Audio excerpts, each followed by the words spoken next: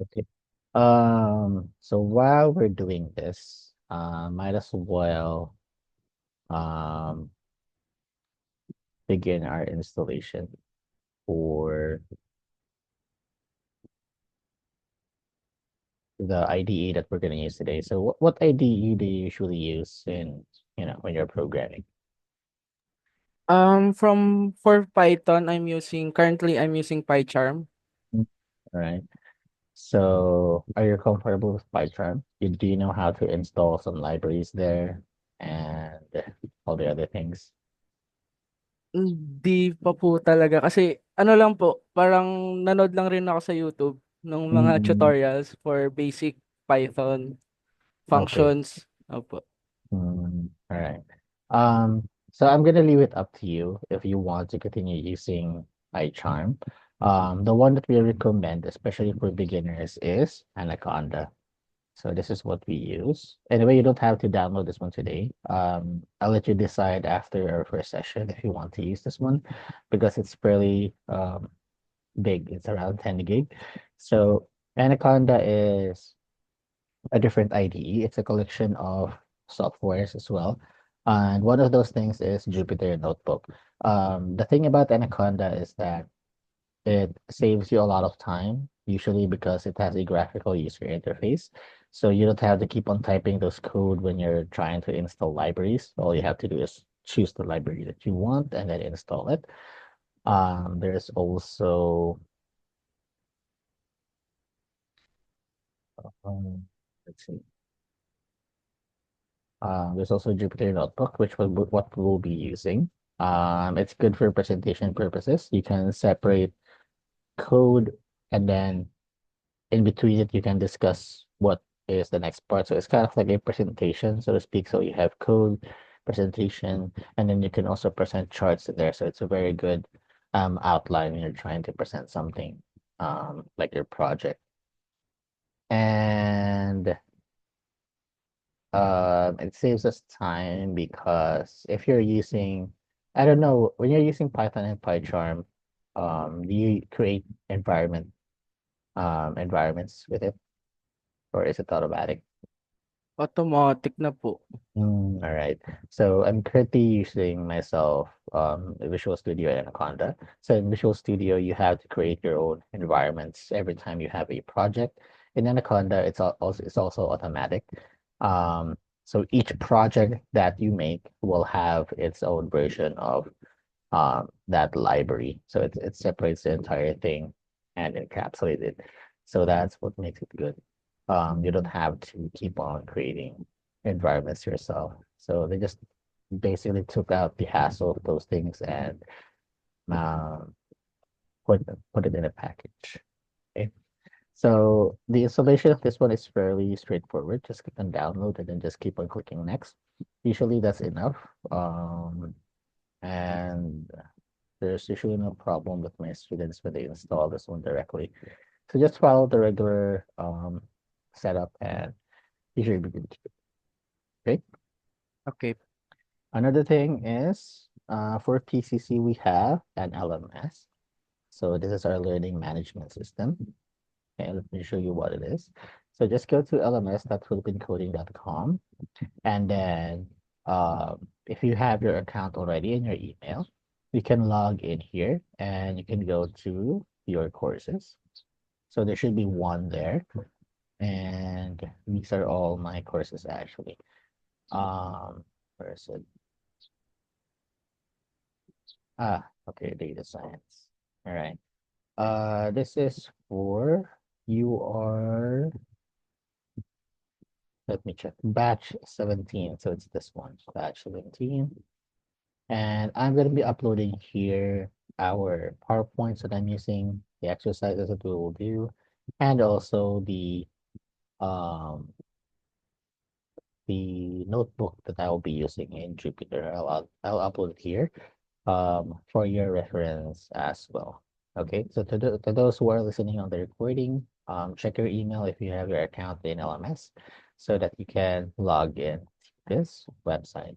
Okay, if you don't have your account, please inform me, or you can just contact directly the admin in PCC and ask for your account. Just let them know your course that you're enrolled in. Okay. So do you have this one in your email? Yes, sir. I already logged in earlier. Mhm. Okay, so that's good. And does it say bootcamp batch 17? Yes, sir. Yes, sir. Okay, so that's great. Uh, hmm, now what else? We'd also like to get to know our students. So we have the pre-course survey. Have you answered this one? Pre-course survey. Not yet po. Not yet. All right. So I'll give you the link in the chat and just save it for now. And if you have time later, please answer it. All right? Okay, sir. Because we'd like to know more about our students before the course and then what happened after the course. That would give us a kind of feedback on uh, how we're doing, our topics, and those kinds of things. Mm.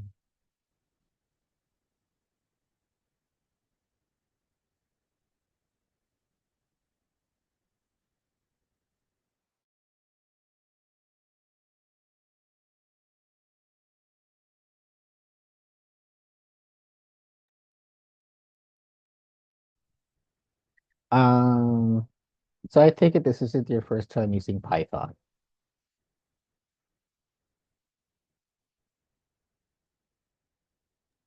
Ah, yes, sir. Sorry. No. Okay, it's all right. You're in it.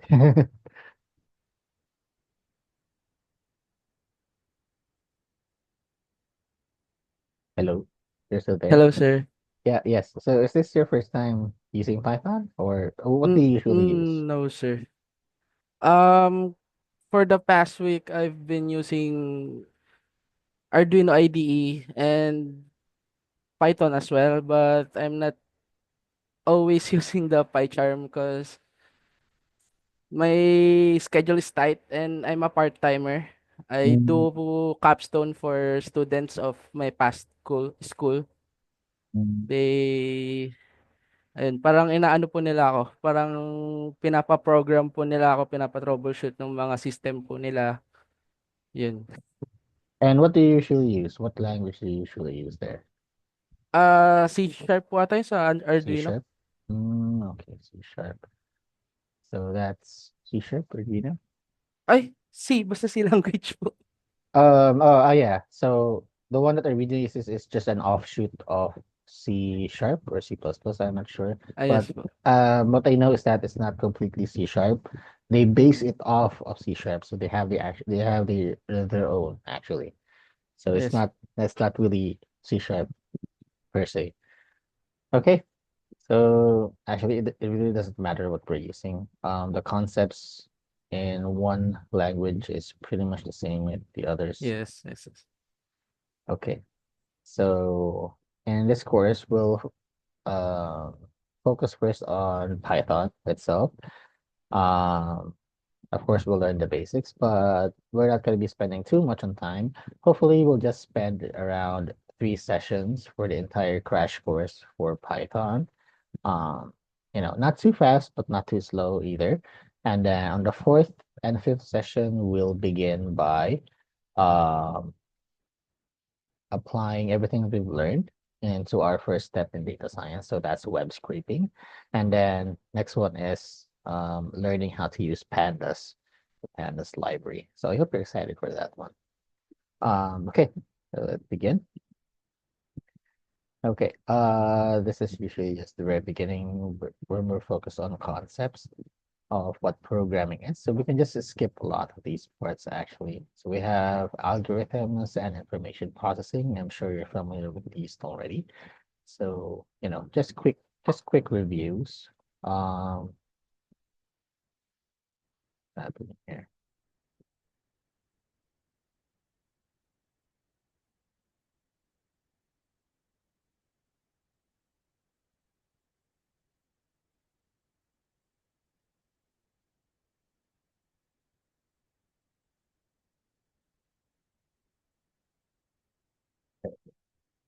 So algorithm really is just like a recipe. That's always the description that we get whenever we're trying to search for it. Um, because it's actually true, right? So it's just a series of steps that you have to follow in order to get a particular result. Usually it's a calculation and or a particular task. Information processing refers to any way that we can manipulate, transform um, data of information. Okay. And then out of that, we're going to produce meaningful outcomes or results. So those are the description of those things. Here's an example of what an algorithm should look like. So this is for subtracting two numbers. It's fairly basic, but we have to remember that computers really depend on our instructions. So it's only as good as what our instructions are. If we're missing a step, then they'll miss a step. So that's one of the things that we should be aware of when we're trying to program. You'll often hear the word computing agent.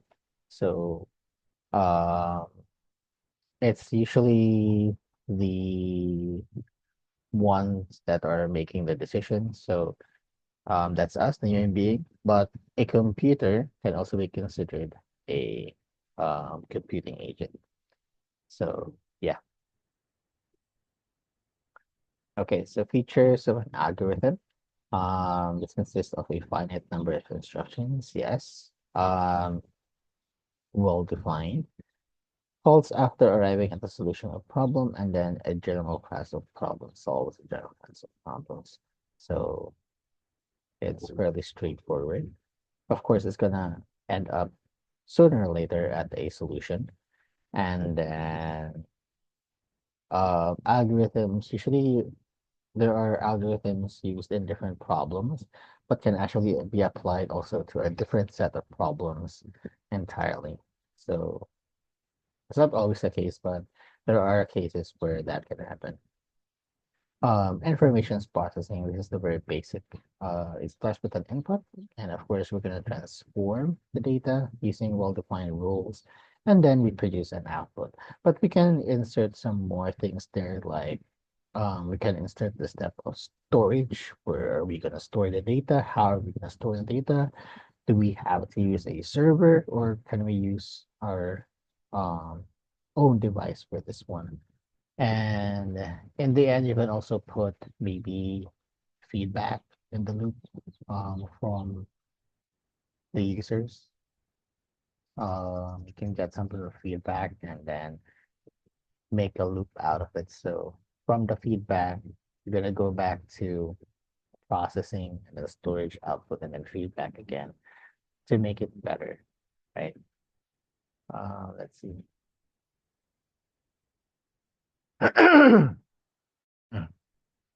Sorry. Let's see.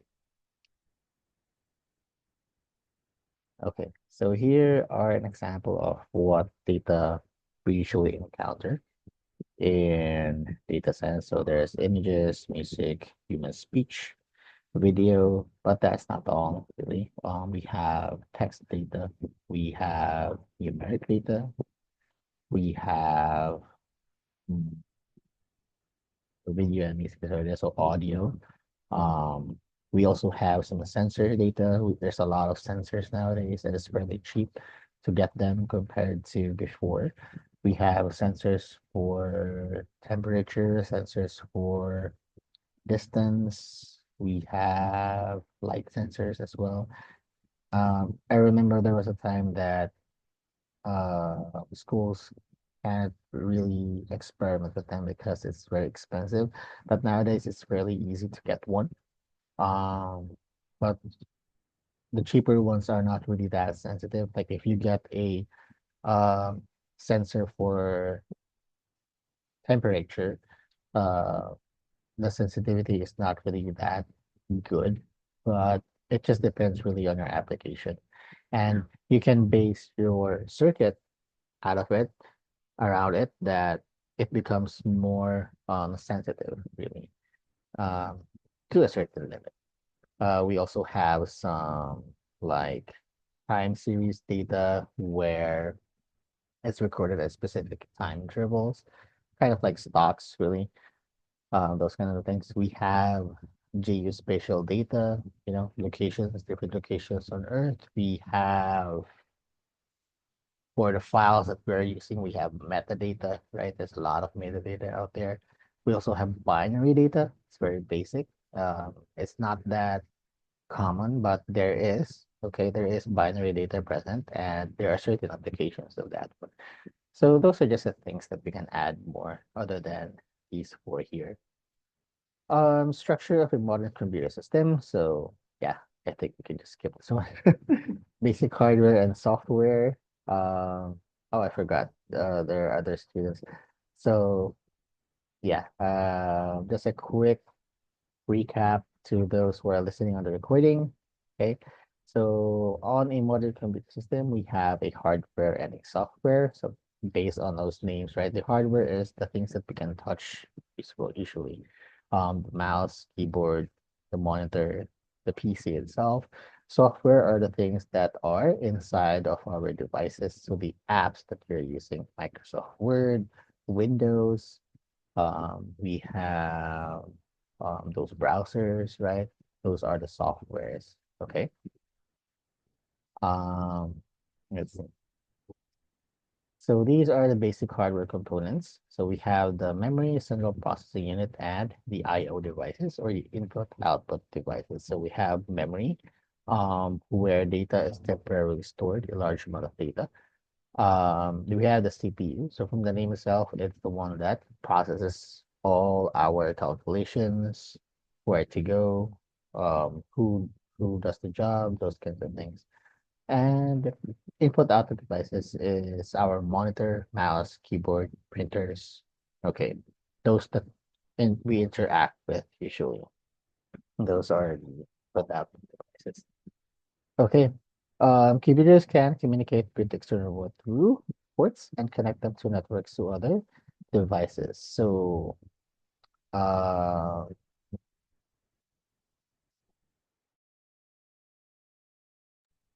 so the analogy that I always use with this one with my students is that we can treat ports as kind of doors. We can treat them as doors. So what are those doors? They are the services or applications that we are using on our device. Okay. Um, so more like this is the endpoint when you're trying to communicate with an application. A network is more like a highway, a digital highway that connects one computer to other computers, okay? Or even devices, really, and they communicate with each other. So that's what the network is. If you want an analogy of this one, think of a postal system, right? The letters that we used before. So if you imagine a large city with many buildings, for example, and each building has its own mailbox, right? Um, so ports are those individual mailboxes in each building, right? So there are different doors, right? So each port is a different door in that building, and it has a unique number. Okay, so this is similar to port numbers that we see um, on our devices. So they are assigned to those mailboxes. And then, um, just like what I said earlier, it serves as the endpoint, right? Because that's where you deliver something. That's the endpoint. So just as different mailboxes handle different types of mail, um, different ports can be associated with different services, right? So web browsing, email, there's file sharing, of course. Um, so that's what ports are, okay? And network is what the entire city itself, what the postal services use to navigate throughout the city. So the roads, okay, the expressways, those kinds of things. Just a quick analogy. All right. The memory is set up to represent and store information in electronic form. So it's usually in binary digits, one and zero. So binary meaning two. That's why there are only two values. We only see two values, ones and zeros. Okay, but I don't know. Maybe in a few years or so, this will change because of the development of quantum computing. I think Microsoft already developed the first quantum processor, so that's really good news. Um, it's gonna be much, much faster, and then we can make um more stuff than before, really. Whether it's you know whether it's good or not for the future, it depends really. But the technology is already out there. It's companies are beginning to make use of it, and hopefully, um, you know, it will be available in just a few years. So I think the name was Majora, the processor name. I'm not sure. Okay. We have RAM here, random access memory. It's also called the internal or primary. Um, we have the processor, they're responsible for processing data from the name itself, and then external or secondary memory. So these are the hard drives that we are using. So there's actually just three basic types: magnetic, semiconductor, and optical. All right. Let's see. These days we have different options. Except you know, other than these three, we have solid state devices. We also have USBs, right? Recently, Blu-ray DVDs were phased out, so they're not making Blu-ray discs anymore.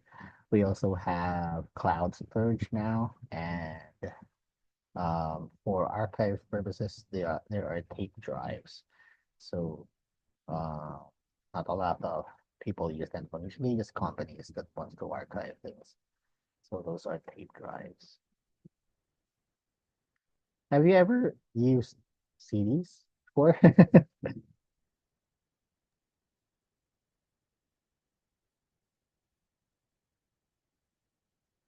Hello?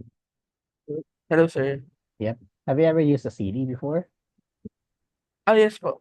Oh, Back okay. 2008 po siguro. Because Ka-floppy. I've actually had students where they haven't used CD or floppy disk. So uh, I was asked that one because it's fairly old technology, right? You don't see them a lot nowadays. So yeah. Okay. Inside of our computer memory, this is what it usually looks like. So this is just a representation. So there are different cells. And then each cell is just a series of combinations of ones and zeros. Okay, all right. So computer software. Let's go to the software. So a program stored in a computer must be represented in binary digits or machine code. So that's what we saw earlier. Machine code ones and zeros. Loaders. All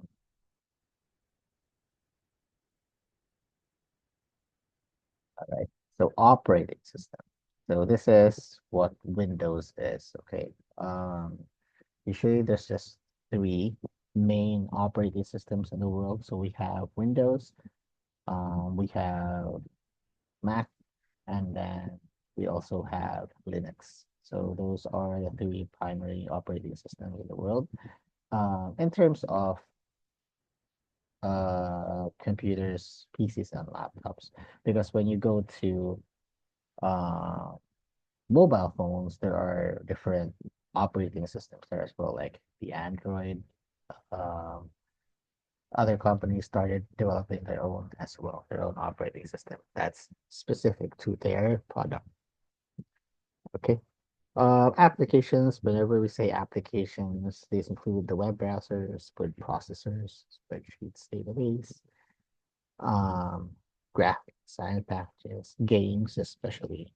So those are applications. Okay. So again, we won't be staying too long in this PowerPoint because I want us to begin with the crash course for Python. Anyway, most of these knowledge is fairly basic that you should have encountered before or at some point in time before in school. So it's not really new, right? So scientists have developed high-level programming languages. So we call that high level because uh, they are designed to be more human-friendly, so to speak, and higher level because they can be uh, portable across different computer architectures. So it's not anymore dependent on what the architecture of your computer is. So it's an entirely different thing. We don't have to um, be concerned with that anymore. Okay, early in the 90s, you have to be very specific with the language we're using and also what device you are using because not all languages can perform on that device. So you have to select the one that works. Um, so yeah, Python also is one of those high-level programming languages. All right. Um, Text editor. So we call it a text editor because that's what basically a program is. It's just a series of text, right? So even just a notepad, you can create a program out of it using a notepad editor. And then what we have nowadays is just um, applications that expand the notepad, so to speak. So we have IDEs nowadays that is specifically focused for programming, kind of like a notepad in Overdrive. So there are things that can aid you in programming faster, like the AI, so to speak, and we have the extensions that you can install, like make certain parts of your program more visible, or you can have those collapse and expand thing on the side.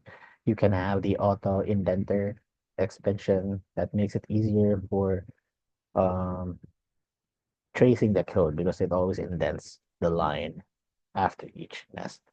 So there are those kinds of things. Uh, all right. So it runs on a program called a translator to convert the program code into executable code, and then the translator also checks for syntax errors. More on this later. Okay. Runtime system. We don't actually need this one. All right. So this is a basic overview of what usually happens when you're trying to run a program. So text editor runs to the translator. If there are syntax error messages, um, it informs the developer, and then you have to fix that one, and then goes back here at the beginning. If everything's good, that will go to the runtime system of your device, and then at that time, it can accept user input and gives out output as well. If there are errors, then it will show you those errors as well. If those errors are not handled properly, then that's the time that the program will uh, stop or crash. Okay, so this is a not so brief history of computer systems. We don't need to actually go into this one. Um, Maybe just the key points. Abacus is considered as the oldest computer, right? Basically, just a calculator. This is the Pascaline. So the Pascaline is uh, what do you say? So kind of like a mechanical calculator because it's sort of a successor to the abacus, but it's in a mechanical state. Um, so the Pascaline had limited operations. So as you can see here, there are only 3, 6, 7, 8 dials. It can only perform basic operations like addition and subtraction. It can't handle multiplication, division, or more complex things. Um, it has a limited range. Of course, there are only 8 digits. But at those times, uh, rarely few things ever go beyond 8 digits. Yeah. What else? The cost and availability. So it was fairly expensive and it was also very difficult to make. And usually it was just used to check the math of the owners for their businesses. Like um, someone is handling the sales, someone else is handling the sales. So they use this one to check the math and make quick comparison if it's correct or not. This also requires specialized knowledge, as you can see. Not anyone can operate this one before. So kind of like what quantum computing, right? Quantum computers nowadays are. So it's kind of in that state as well. So it's still limited in operation. The range is also limited, right? We don't know what it can do, how far it can go. The cost and availability is also astronomical. Um, I think there's only three quantum computers from what I remember. So there's one at Google, there's one at Microsoft. I forgot where the other one was. Um, those are, of course, are just the ones that I know. I'm not sure if there are more, but I'm pretty sure it's not yet widespread and not just anyone can, you know, buy it. They have to make it first. And of course, it also needs what specialized knowledge to use it. And it's not yet the mainstream, but I think in a few years, especially when quantum computing becomes available, I think kids in the future will it's just basics for them. Quantum mechanics. It will always be basics for them. Whereas it's a difficult topic for us today, right? This one is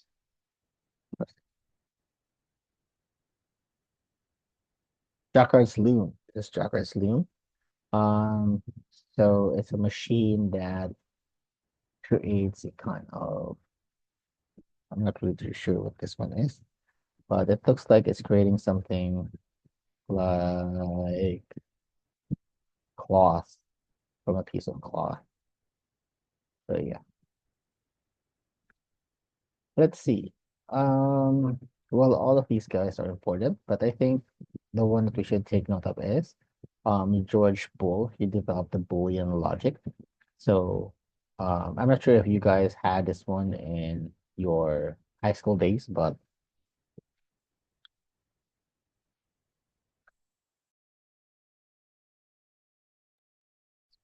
okay. But Boolean logic is um the operators that we used before, like the AND operator, the OR operator. There's also the NOT. Usually it's used for fallacies, fallacy check, and those kinds of things. Um, so yeah, Boolean logic led to the development of logical transistors, and it helped pave the way for um, smaller and smaller devices. So that's what Boolean logic is. Let's see. 1940s, yes, the first mainframe computers. So at that time, mainframe computers have vacuum tubes, wires, plugs that filled entire rooms. But as soon as the transistor was discovered, right, that was the start of miniaturization. So at that point, they discovered that they can actually um, fit into our pocket, what should also um, take large entire rooms to fill before. So there was one comparison where the electronics for uh, the first space shuttle to go to the moon. So it was actually compared, if I'm correct, that to the modern phone, that our modern phone is actually much more powerful than their system before. So yeah, that's how far technology has jumped in just a few years. Okay. So usually development um, development for technology comes from some very obvious reasons, like for example, uh, research is one of them. Another one is space exploration, and finally, the most common one for the most common reason for technological advancements is war. So most of these things were actually discovered because it was needed for war. If you remember, there was a space race in the 90s, but born in the 40s and the 50s to as to who can get to the moon first. So that's why technology made a huge jump then, because everyone was in a race as to who can get there first. All right. So the first programming languages, these are from 1950 and 1965. So it was an assembly language. Um, so so we have machine language, right? A level above it is the assembly language. So it had simple words, simple English words like add, output, but you know, that's the limit of what it can do. It has very few uh commands like this one. Uh so it's actually very error prone. It's very difficult to program in assembly language. I've tried this one before. So that's why this led to the development of higher level languages because it's not just for everyone and it's very error prone. Um, and development takes a very long time to do, right? Um, card readers, assemblers, compilers.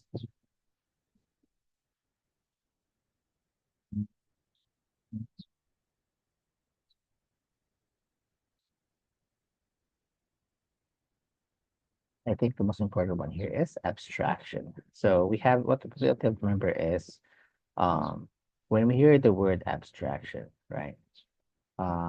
This is an important term in programming because it's what we usually see, but we're not aware that it's actually an abstraction. So what is abstraction? Uh, basically, it's simplifying complex operations, right? So it kind of hides the complex technology behind something that is um, easier for us to understand. So uh, let's have an example. More like, let's say, for example, there's a car. Okay. Whenever we want to use a car, right? What do we usually learn? Um, we only learn how to what? How to uh use the gear, how to use the clutch, the brake, the accelerator, and then also the steering wheel, right? Maybe a few maintenance here and there, like the oil, water, um, fan belts. So aside from that one, okay, we don't really need to know how everything else works, like how the engine works, right? How those cylinders works, what is a fuel injection, um, what is the shaft, so to speak, that connects the front axle to the back axle, right? What is a differential what is the differential in a car? So that's the one at the back of your car, right? On the rear wheels. What is a four-wheel drive versus a two-wheel drive? So those kinds of things is actually abstracted from us. We don't need to learn those things in order for us to use the car. So that's the main thing here. That's what abstraction is. And what you'll soon find out is that's also what programming is like. Because we're going to be using functions a lot. And what we will usually see is how to use the function. We don't actually need to know what the code behind the function is, right? So more on that later. But remember when you hear the word abstraction, just think of the car, okay? You don't need to learn how everything works, why it works, right? What you need to do is how to use it to reach from point A to point B. That's the goal. Okay. All right. 1950s. After the transistor, the integrated circuit was created. So basically, it's a small computer, and then there's a many computers were created, processing. So these things are involved in our uh, different tasks. Like for batch processing is a method of where jobs are grouped together and then processed sequentially without the user intersection. So it's more like you're listing a list of things to do for your computer, and then it will automatically go to the next one without actually waiting for the user to confirm because it's already in batch mode. All right. And the same thing goes for these two. It's kind of similar to that technology. All right. Douglas Engelbert, yep, we have him to thank for the first mouse. It actually made our lives a bit easier. Intel's first microprocessor was created in 1975, and then 1980s where there was the MS-DOS. So I actually used this one before. Uh, it's very annoying to use, especially when you're trying to save something from the spreadsheet. Because there's no confirmation that you've saved it, right? Unlike nowadays where there's actually things that is played saved or saved a few moments ago, an hour ago. Back then, there were no kind of indications. So if you forgot to save and then you turn off your device, then everything is lost. So those kind of things. And there's only one color, and that's green. The same thing that you see on Matrix. If you've watched that movie, it's a fairly old movie now. Uh, what else? So created the Ethernet or LAN. So this is basically when networking became a thing because you can connect to other devices. Okay, and then the next level of this one is the ARPANET, which actually grew into the internet. Right. So basically, it's just you um, connecting to other devices um, miles away. Okay, even on the other side of the world, right? As long as you're connected to the internet, right? Um, I think we can discuss a little bit more on Ethernet, right? So other than the LAN cable that you see on your PC, there are other ways that you can connect um to the different devices. So we have the Wi-Fi, of course. You can connect using the Wi-Fi. There's also the Bluetooth. We have Power over Ethernet. It's called the PoE, where um, it allows electricity and data to be transmitted together over the same cable, so over the same Ethernet cable. If you've ever seen IP cameras, right? And you must be thinking, why is there only one wire there? And that's usually the case because in that wire comes the power source as well.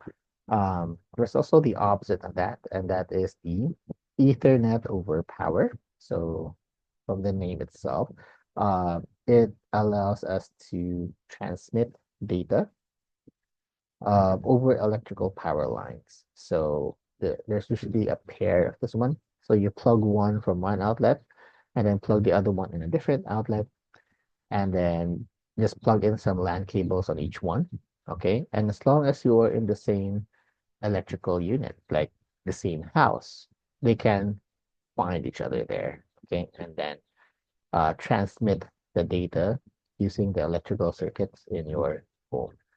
So that's what Ethernet over power is. So this is actually great for when you don't want to, let's say, drill holes in your house. So this is a uh, good alternative, right? If Wi-Fi is not available, okay, because there's also limitations on Wi-Fi, like if there are a lot of heavy um, heavy electrical devices like air conditioners, refrigerators, walls, thick walls, in between. Although the signal can get through, it can impact the speed and the quality of your connection. So yeah, it really depends on your current situation on what is the best. There's also the coax Ethernet. It's still being used nowadays by some um, providers for cable, where they provide cable, but they also provide internet. So that's one of their products. So they decided to do this one because they want to incorporate things like Netflix and all those kinds of things into their own product.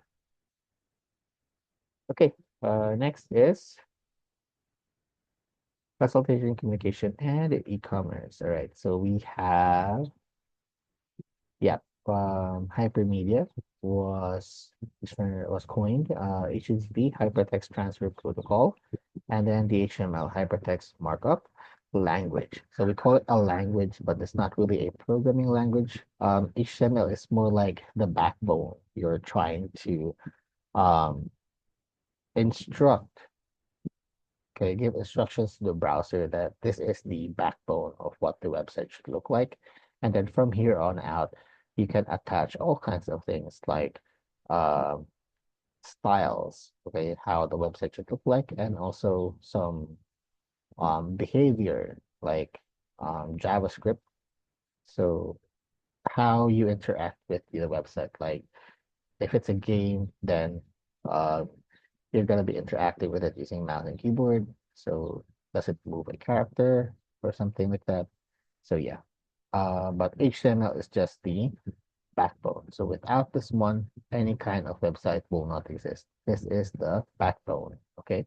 Hypertext Transfer Protocol is more like just uh, it's more like you can think of this one as a highway as well that allows information to travel between your computer and the internet. So it's like the rules that you have to follow if you want to communicate with a different device over the internet. So that this is what you use. The secure version of this one is HTTPS. So S is for secure. All right. So the components of the World Wide Web is we have web servers, browsers, and clients. Okay. The client is whoever is accessing the data. The servers is whoever is giving out data or receiving data and storing it in the database. And then the browsers are the ones that interpret the HTML code and all the things that come with it, and then displays it on our screen as a website. All right. So that's what actually browsers do. Okay. Whenever you try to access a website, what you're actually getting are just files and then references of different files as well.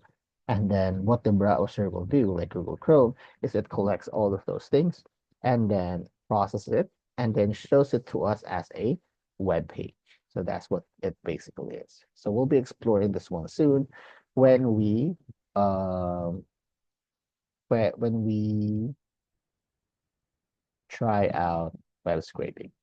Okay. So hopefully on the fourth session. All right. Um, hmm, web applications, bulletin boards, chat rooms. Yeah. I don't see bulletin boards a lot nowadays, but before it was actually pretty useful and fun. And also chat rooms. There are some chat rooms nowadays, but it's not that common. I still visit some of them because there are just resources that are not available in Google that you can download from. So some others are located in chat rooms. Have you ever used chat rooms before? Sir Rev? Yeah, I don't know if it's counted as a chat room, but I recall I was using Yahoo. Yahoo. Yeah. I think that's a messenger type. Okay, so yeah, Yeah. yeah, it's not really a chat room. More like I was thinking more in the line of IRC, like internet relay chat. Have you used that one? Mm. No, I don't have any prior experience about that. Ah, okay. So that's right. Before the messengers, before the Yahoo thing, before the AOL, there were IRC channels. Okay, those were the chat rooms before.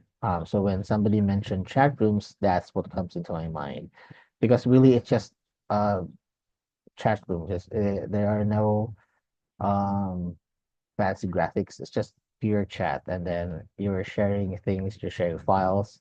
Especially more dangerous back then because there's no check on the files. But nowadays, there are things that you can do to check files before you actually open them up, like the CRC checks, or those are the things that makes it more secure. Um, so Sergey Brin and Larry Page, all right, the ones that created Google, developed algorithms for indexing and searching the web. So Google has, you know, redefined how you search the web. But from what I remember, Google was better before in terms of like the quality of service, because I remember Google before it had no ads. Um, there was no need for like if your page was actually the top one, it will stay at top one. Nowadays, other companies can pay to be in top one, and then those kinds of services. Um, Early web apps that I've used, there are the Netscape Navigator, Yahoo, of course, we have AOL, um, AltaVista, Hotmail. These very old names that some of them don't even exist anymore. We have Napster, right? And then came Amazon and Facebook. So, the giants. All right. These are some of the things that was developed afterwards. So we have PDAs. I'm not sure if PDAs is still available now because, it's we can just use our phone for this. Steve Jobs created Apple. There are social networking applications like we had 6 Degrees, we had Friendster, we have Facebook, and we have social networking for work like LinkedIn, MySpace, for those kinds of things. Big data, right, is where governments, business, and hackers continue to monitor internet traffic. So when you say big data, how big is big data actually? So I have a comparison that I like to use with my students here.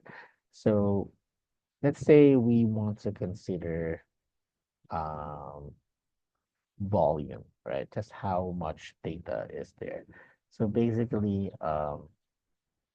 the data ranges from terabytes, which is a fairly common term now, to petabytes and beyond. Okay. But, some people just can't comprehend the difference between a terabyte and a petabyte. Okay.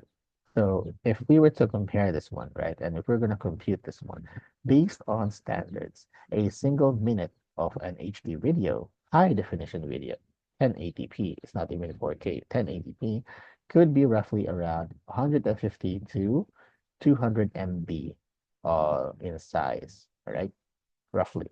Um, with a petabyte of high definition video, you could store, right, over 5 million hours of HD videos. That's how big a petabyte is. Okay, 5 million hours. Okay, let's compute that one into something that we can understand more. How about in years? So if we were to compute 5 million hours in years, that would be 578 years. So the entire lifetime of a person cannot watch an entire petabyte of data like that, okay? And this is the reason why data science and data analytics came through. We need a way to analyze these things in a quick manner, as quickly as it is being generated as well. So that's why we have um, things that processes videos that allows us to analyze the video instead of us actually watching at each one. So this is the reason why we need to automate these kinds of things. Okay.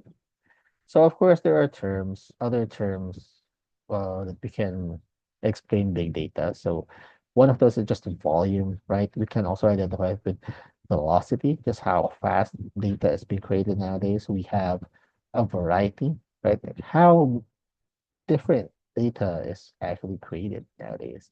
And the complexity is also increasing as each technology is being created. So big data is really big data. It's really big.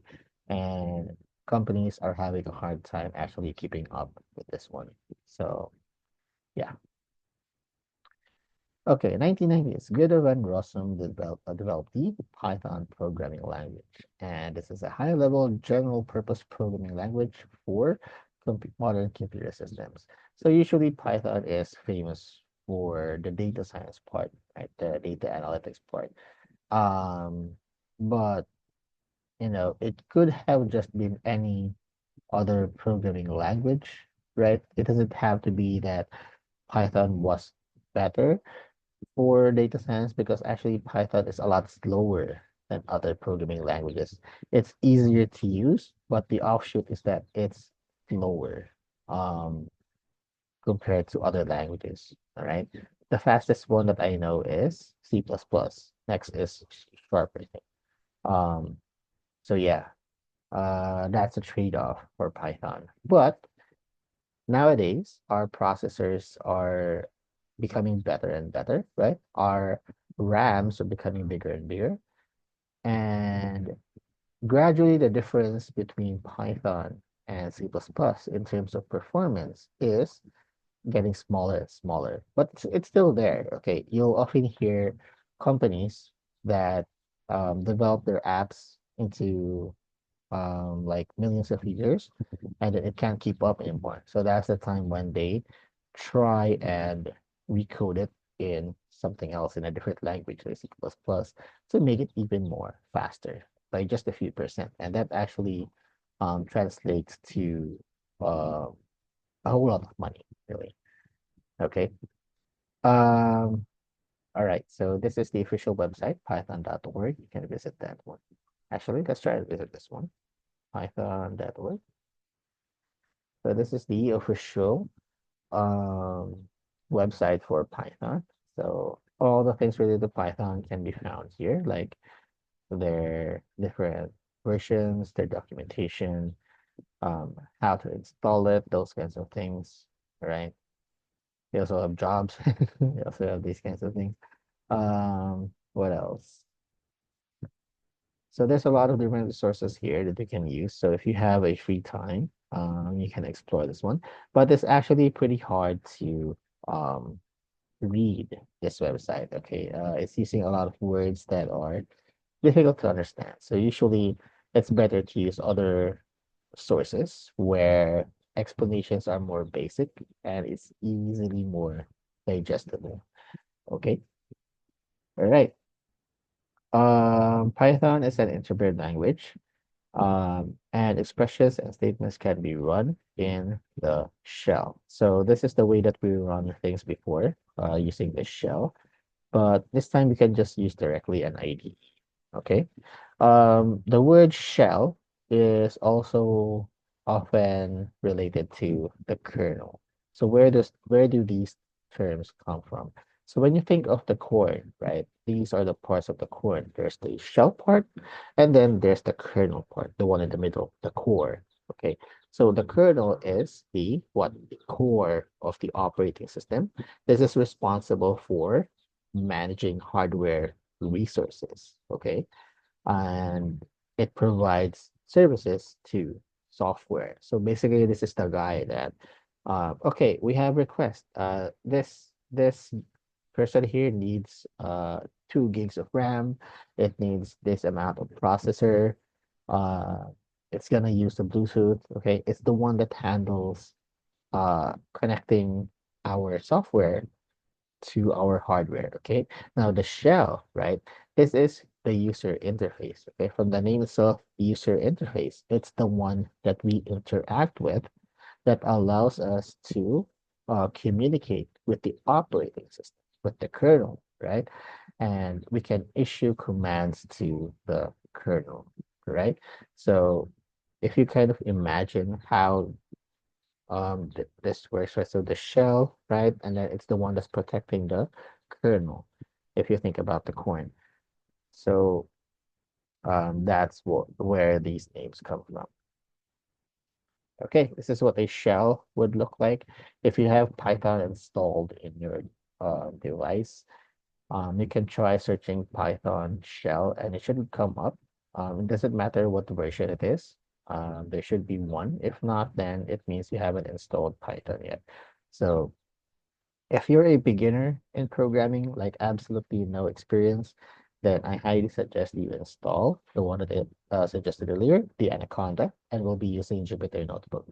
If by chance you're using a different IDE, like PyCharm or Visual Studio, that's perfectly fine. You can also use Python there, but the instructions that I'll be using is for Jupyter Notebook. So you might have to troubleshoot some steps a little bit, like when you're trying to install something like different libraries.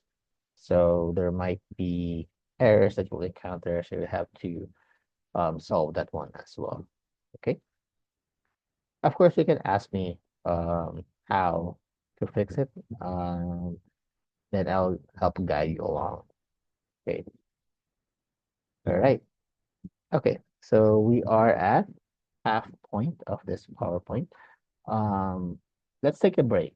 Okay. So let and around 15 minutes. Is that okay with you? Yes, sir. It's Okay. So let's have a quick break, 15 minutes. So let's be back here. It's 2:35 on my watch. So 40, 45, 50. Let's be back here by 2:50, and then we'll continue finishing this PowerPoint. Okay? So okay, don't sir. don't leave the room. Just, Yes, you sir. know, okay. All right. See you in 15. Thank you, sir.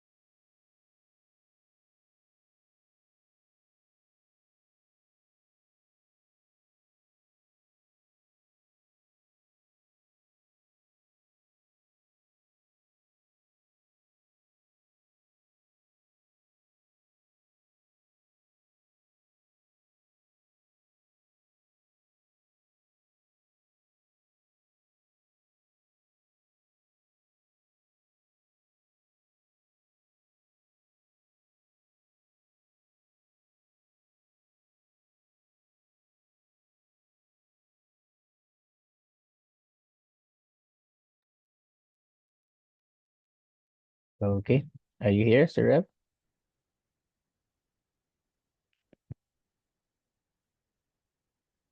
Hello, sir. All right. So we're gonna begin our crash course with Python. So I'm gonna open up my Anaconda and also Jupyter Notebook. So usually it takes a few minutes to open this one up. So if you've installed Anaconda, just search for the Anaconda Navigator icon and then open that one up.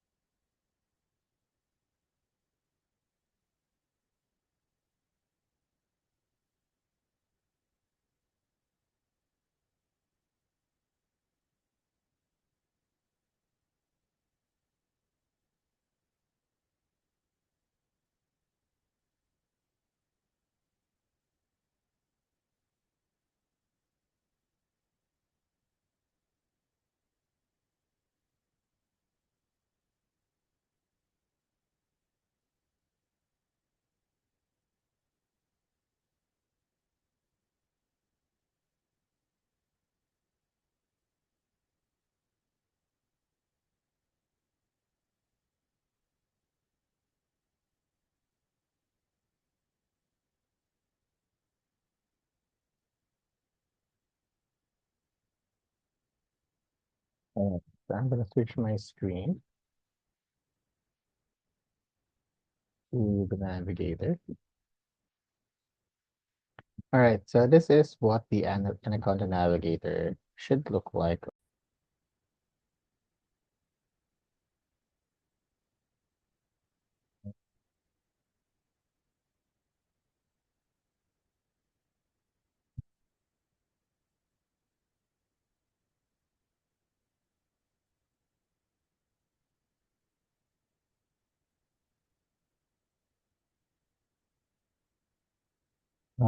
Hello, Surel, are you still here?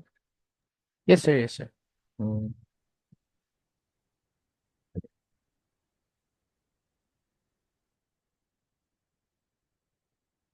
all right.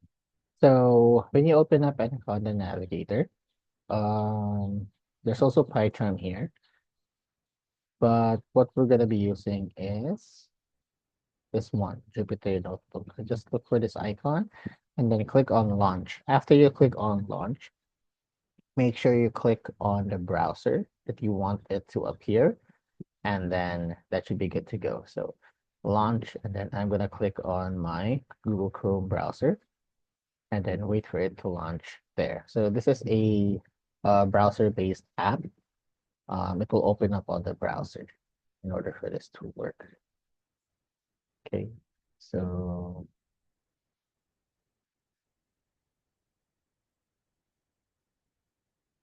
up. Let me just switch my screen.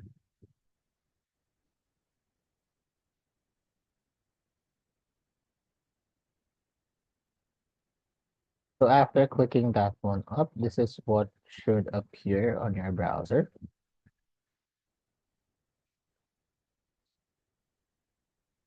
Move things around. Okay. And this is the Jupyter Notebook app. Now, as you can see, it has access to the different folders and files that you have on your device. Okay. Um, so what we're gonna do now is we're gonna create a folder. So look for the folder that you want to use. So I'm gonna save it here. All right, I'm gonna create a new folder. So just go to new and then new folder. You're gonna name it batch team. Okay, you can name it however you want, by the way. Go inside, and then this is where we will create our first notebook. Okay, so we call it a notebook when you're working in Jupyter Notebook. So click on new, and then this one, Python conda env database. All right. And it should have the extension of .ipy and b. So this is short for the extension used for Jupyter Notebook. All right. So when you open that one up, this is what will appear. Okay. It's currently untitled. Let's try and rename this one. So I'm gonna close it again first, and then I'm gonna rename it. This one, rename um, lecture notes. Right, and then just double click on it again to open it up. Select the kernel. So whenever with that it asks you to select a kernel, always use the one that is preferred. So start preferred. Right. Don't use the other selections here. So conda, base, and then select. Sometimes depending on where you installed Anaconda, I've had students where their Jupyter Notebook looks a bit different. Okay, so I think it has to do something with different um, browsers or different versions of browsers and even different versions of Windows. So um, it may look different, okay, but the steps and the things that I will press is usually the same as well. All right.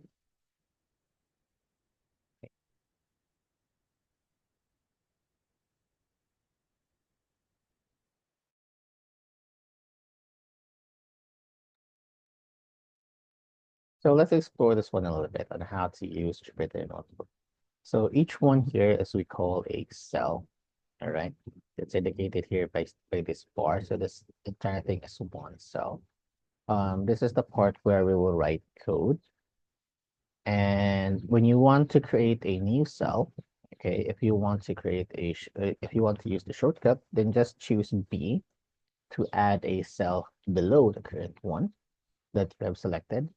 So if we have selected this one, right? Let's say, let's just put current here. Okay. So if I select this cell and then press B, it's going to create a blank one below it. If I select this one and then I'm going to press A, wait, sorry, if you have to select the cell, okay? If you select inside, then it's not going to work. You have to select the entire thing, okay, the cell. Make sure that the highlight is available. See the blue highlight, okay? And then you press A, it will insert a cell above it, okay? If you want to delete a cell, select it first and then press the letter D twice, okay? See, it will just delete the cell. If you click this bar, then that's just the expand and collapse. If you want to make it smaller or bigger, that's what you press. Um, what else? This is the play button and the stop button. So if you want to run your code, just click on play and then stop if you want to stop. Save button as well. What else? This is the kernel status. Currently, it's idle, so it's not doing anything.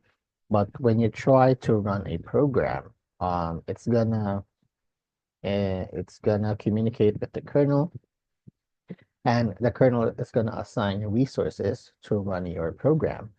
And usually, sometimes it will encounter an error, maybe because there's a mistake in your program that gave that error. So just remember that when this is black, that means the kernel is running. When it's always black, it can only mean two things. Either it's still running or um there's something wrong. Like it's running on an infinite loop. It's not stopping. So if that ever happens, you go to the kernel menu and then just click on restart kernel and then that should work. Okay. So before running your code, it should be white. It should be an idle. Okay. So that's the difference between Jupyter Notebook and other IDEs like Visual Studio, because there's usually an indicator that tells you that it's still running. Like the kernel is not going on a loop. It's actually doing something because um, Depending on the data that we're working in data science, if the data is too big, sometimes it will usually take a long time to process, right? Especially if like gigabytes of data. So it's gonna take a while to process it. Um, so yeah, I think that's it. That's the basics. That's usually the things that I use whenever I'm using Jupyter Notebook. Here's another helpful one. So if you click on this drop down, this is just the mode for each cell. So whether it's in code mode or in markdown mode. So code, of course, is the Python code. Markdown is kind of like um, formatting for text. Okay. Like for example, I have here heading. Okay. And I want this to be looks bigger. So if I put this one here at the beginning, right? So you see that it turned blue but the moment I added a space, it recognized this one as markdown code, right? This isn't a programming language. This is just text formatting. You are instructing Jupyter Notebook via Markdown on how to present this text when it's being run. So when you click play button here, it will look like this. Okay, so here's another example. Hashtag, heading. Okay, I forgot it's currently in code mode, so it should be in Markdown. There are shortcuts for this one. Okay, heading, and then let's use two, right? And then run the code. There, you see. So it's a bit smaller. Okay, so the more hashtags you put, the smaller it gets. So usually this one is used for different sections in your project presentation.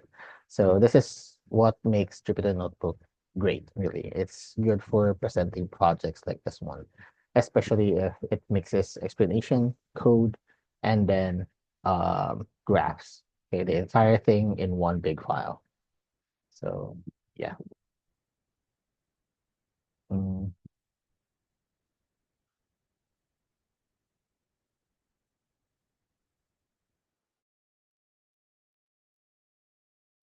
um, yeah, I think that's it.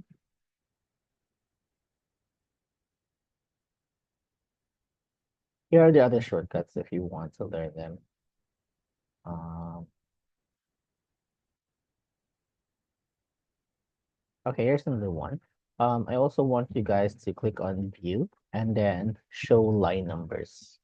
Okay, this is actually very helpful in troubleshooting later on when you guys are sharing your screen because I can guide you a lot easier. So I'm gonna say go to line 6. So this is on line 6, right? And then I can guide you properly where the error is and then correct that error, right?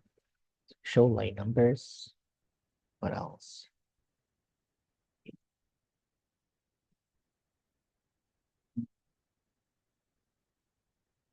Yeah, I think that's it.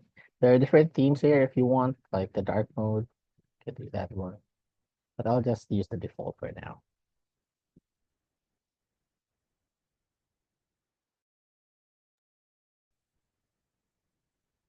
Okay. So this is gonna be our first um discussion in Python. And for me, it's also the most important one.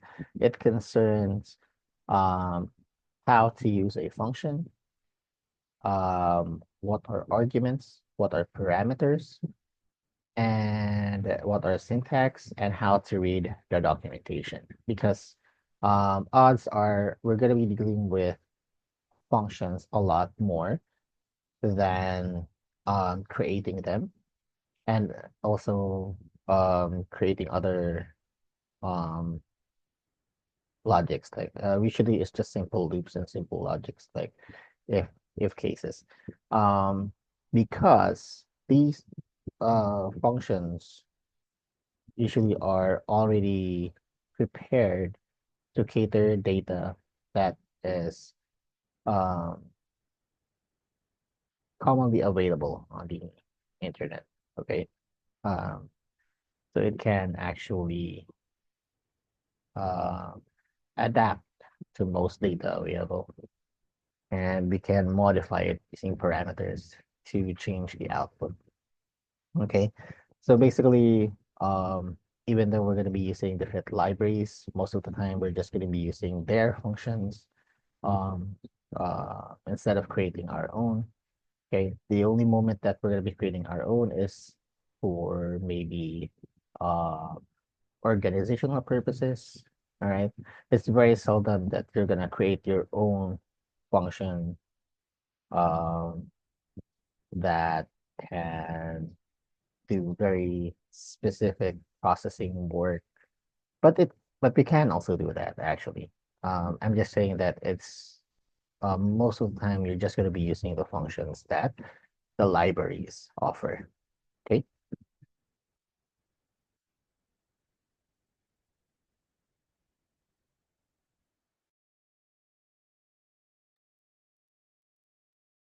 So the first function that we're going to use is print. Okay. And this is the syntax. Now, what is syntax?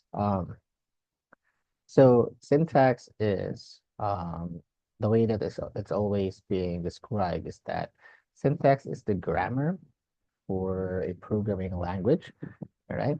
So take note, we call it a programming language. All right. Now let's go to the English language, right? What do we usually learn during our grade school days? Like, we learn how to speak in English, right? We learn how to construct sentences. What are the different parts of the sentences? Verbs, adverbs, adjectives, nouns, those kinds of things, phrases. So we learn how to combine them, right, in order to create a meaningful thought, a full sentence that can be understood by others. Okay. The same thing goes with programming, right? So in English, we use grammar or the rules that we have to follow in order to create a sentence with a complete thought. In programming, it's the same thing, but we just call it syntax, all right? So syntax is what? The rules that we have to follow in order to um, make Python understand what we're trying to say. Okay, so in this case, what we're trying to say here is print, and then whatever the expression we put inside of the open and close parentheses. This is the syntax, right? It should be in this format. Otherwise, Python can't understand what we're trying to say. So let's focus on this one first, the simplest form of the print function, right?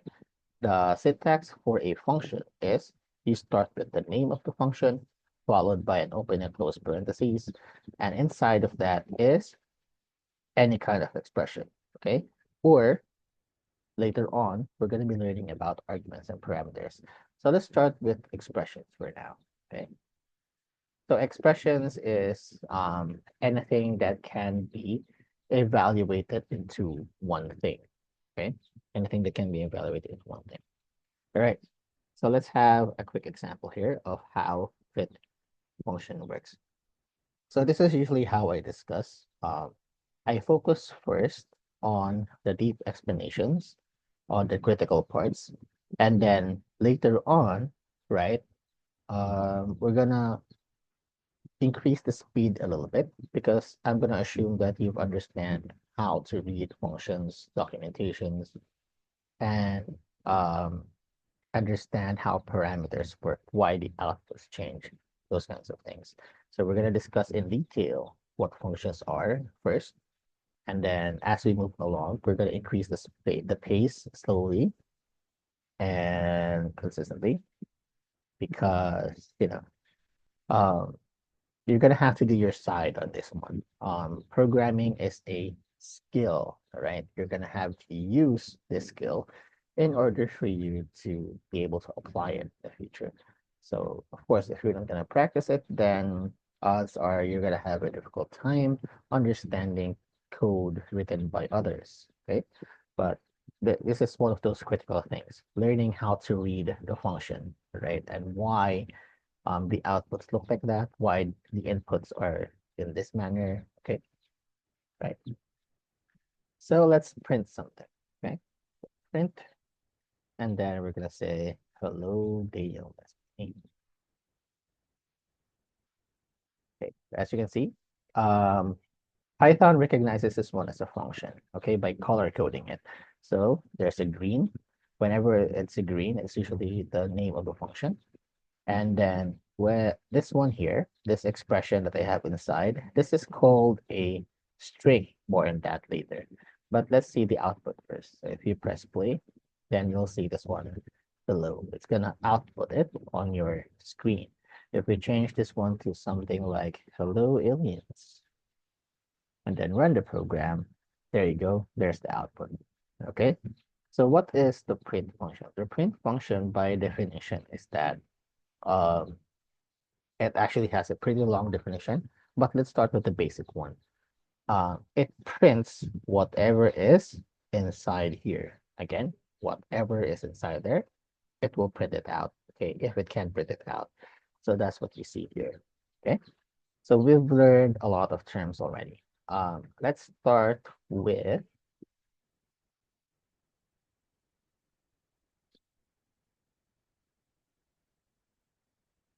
okay, let's start with what a function is, right? I'm gonna put it here. I'm gonna change this one to markdown. So what is a function, right? So basically, a function is just a um, block of code, right? That will do a certain task, and it can accept input via arguments. More on this later. It can modify its output via parameters, using the parameters. And then what else?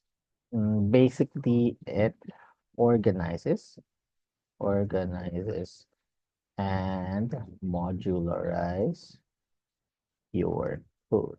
So what does it mean when you say organize? So let's say, um,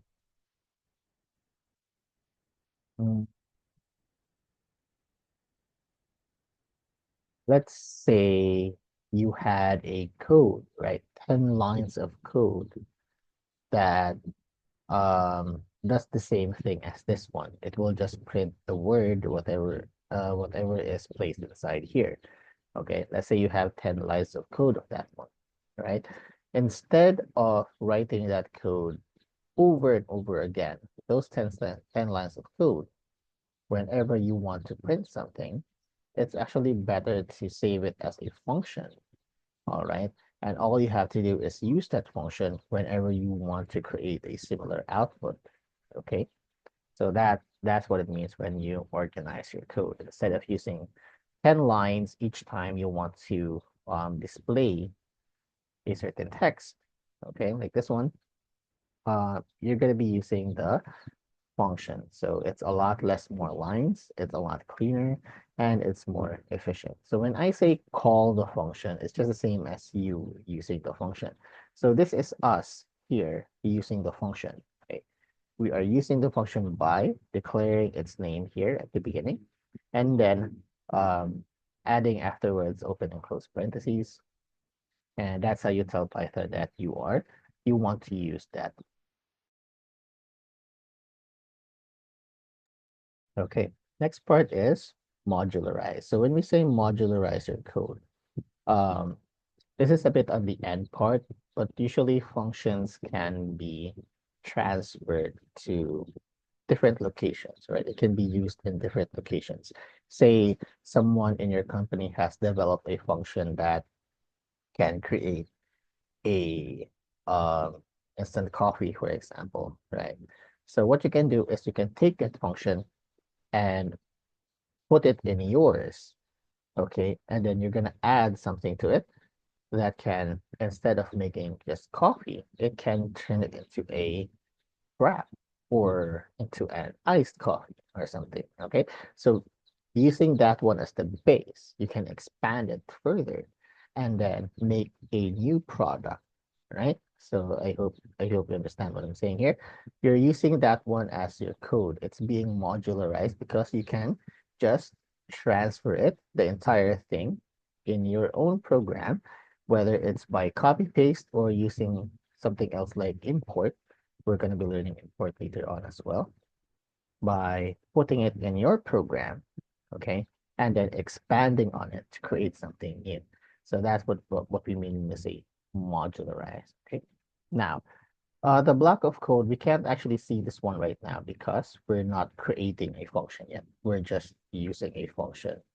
Um, Arguments. Okay. Whenever you hear the word arguments, this is what I want you to remember.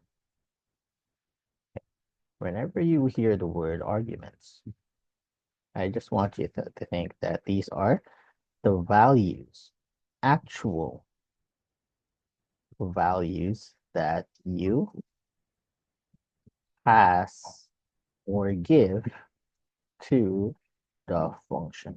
Okay, so let's read that one first.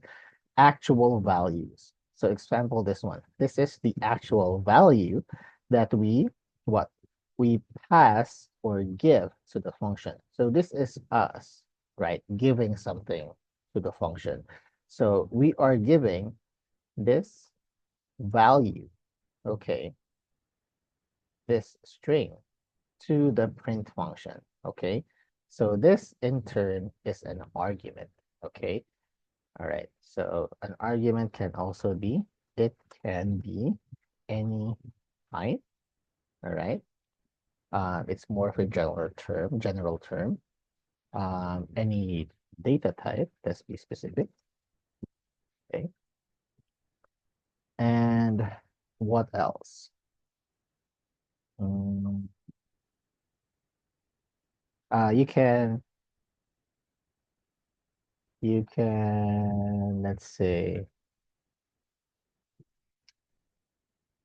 you can treat this one as, you can treat this one as the input to the function.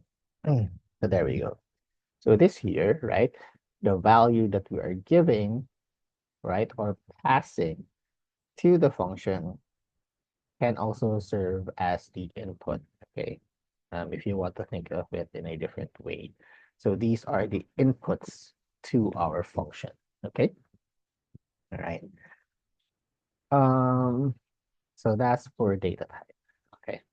Parameters, let's reserve that one for last. What I want to discuss next is the word data type, all right? Now, data type. So how should we discuss what data type is? Right. So data type, right, from the name itself, the type of data that we have. All right. So in programming, um, we need to be aware of what kind of data we are working on. All right. So let's say, for example, this one. This data type is a string. Okay. The string is usually denoted by two uh, double quotes or single quotes. All right. You can either use one. This is what a string data type is. All right.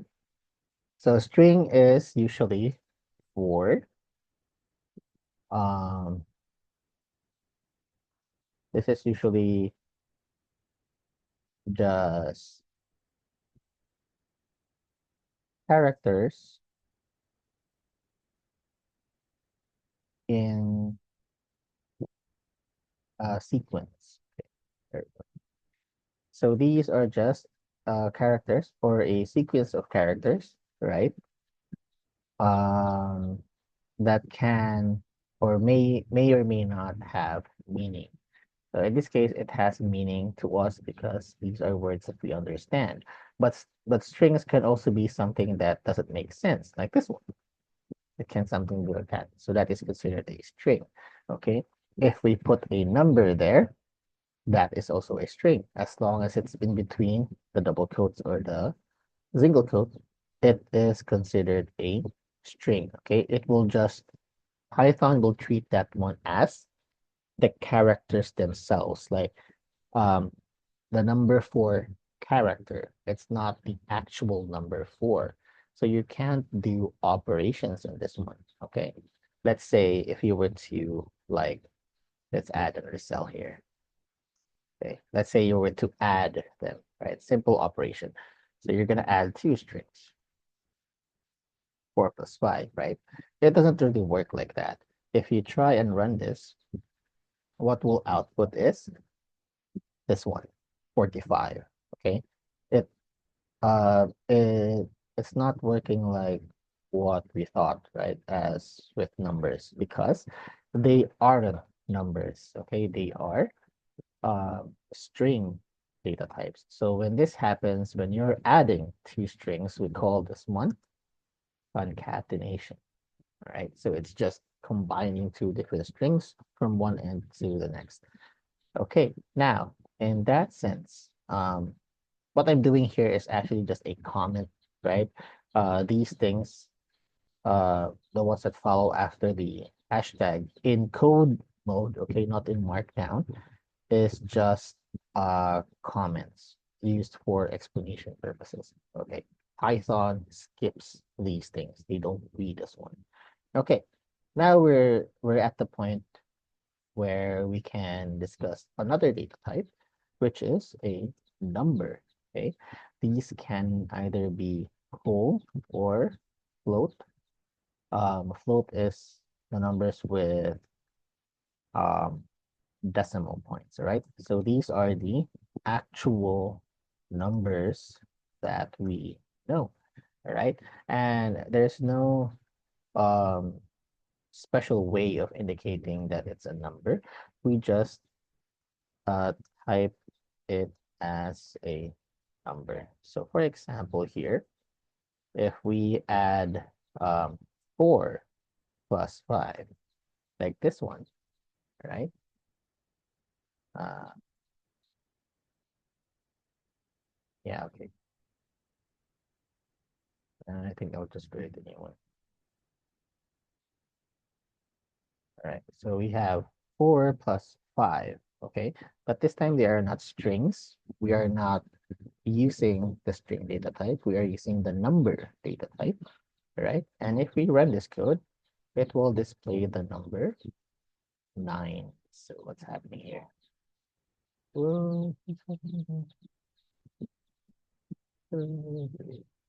um, right, there you go. I'll just add more blanks. So this is what's happening. 4 plus 5 is equals to 9. So see the difference in their outputs. So this is what? Actual addition operation, right? So from this point, you can immediately assume that all other operations work in this manner, okay? That you have to be dealing with number data types. So for subtraction, for multiplication, division, modulo, all those kinds of things. Um, if you want to process them as numbers, then you have to uh, declare them as numbers. Okay, so this is the concatenation. This is for strings. This is for numbers. They have different outputs, right? Um, so it's the same for float as well. If you have some decimal points here, so if one of your numbers is a float, then the final number will also be of a float number data type. Okay, so it's a number, but it's a float type. So there's also a number, but a whole type.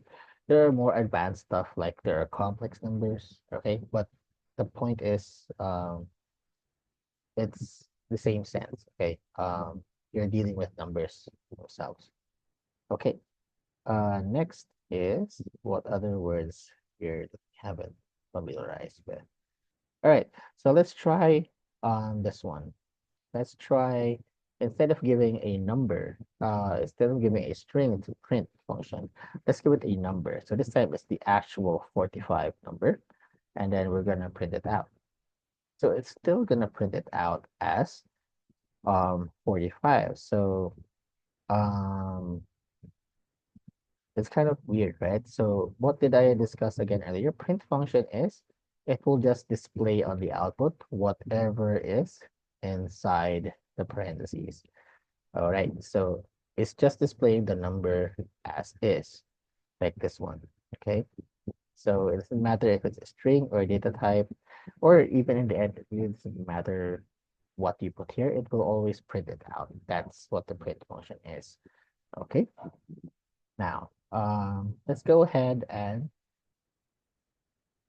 um, see what parameters are and take a look also at what the um, official description of the print function is. Okay, so what I'm doing here is how I would learn what a function is. Okay, because whenever you're learning something new, like a library, and then you're learning the functions that you're going to be using, it usually takes a couple of days to a week to be very familiar with the library that you're working on.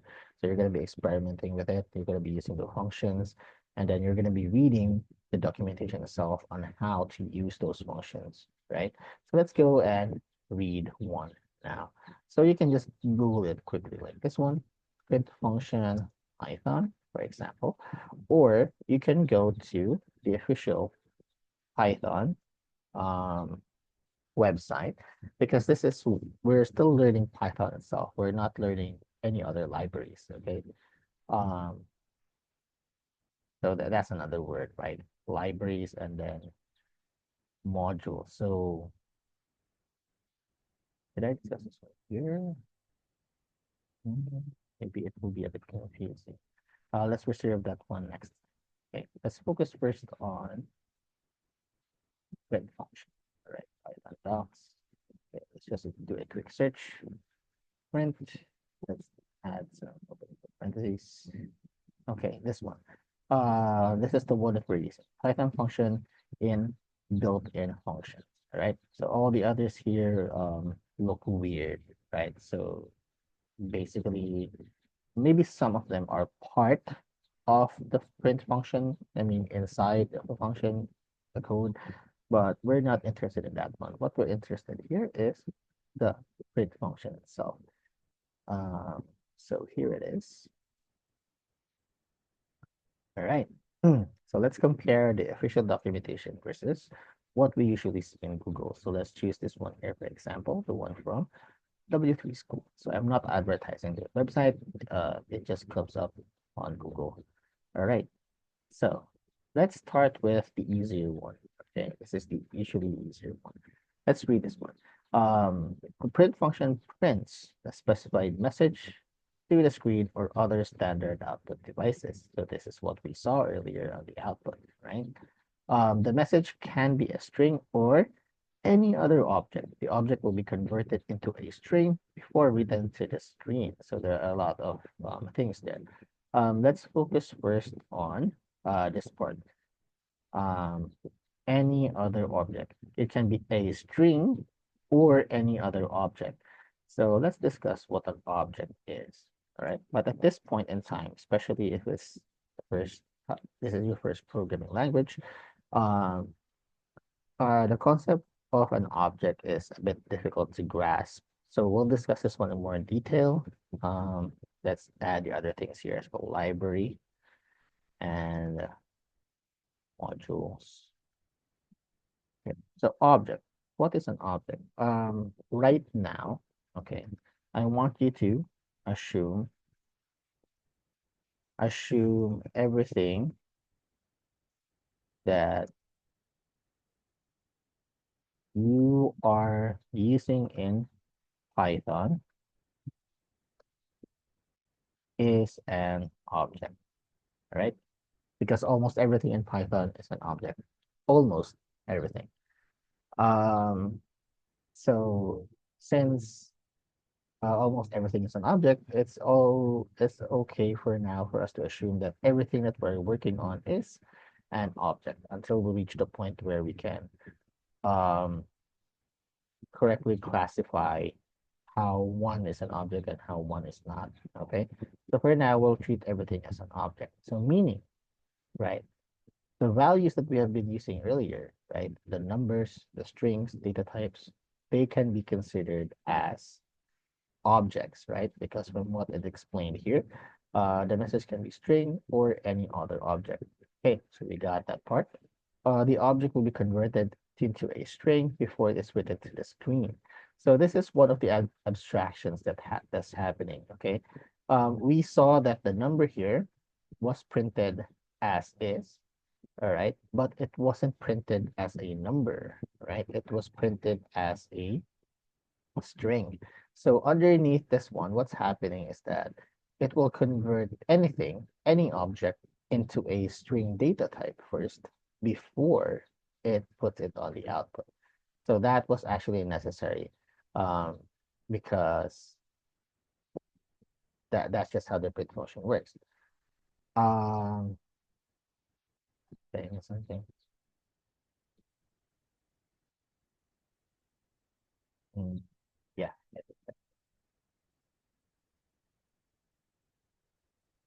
So let's go back to the first one, or other standard output devices. So it just means that it can be either your monitor or any other output devices that you would choose. Okay. The specified message here is the object that we put inside, okay, of the open and close parentheses, the arguments. All right. Let's go now to the syntax. Okay. Now the syntax here, this is actually the complete syntax, okay? The complete syntax of the print function. So it actually looks like this one, okay?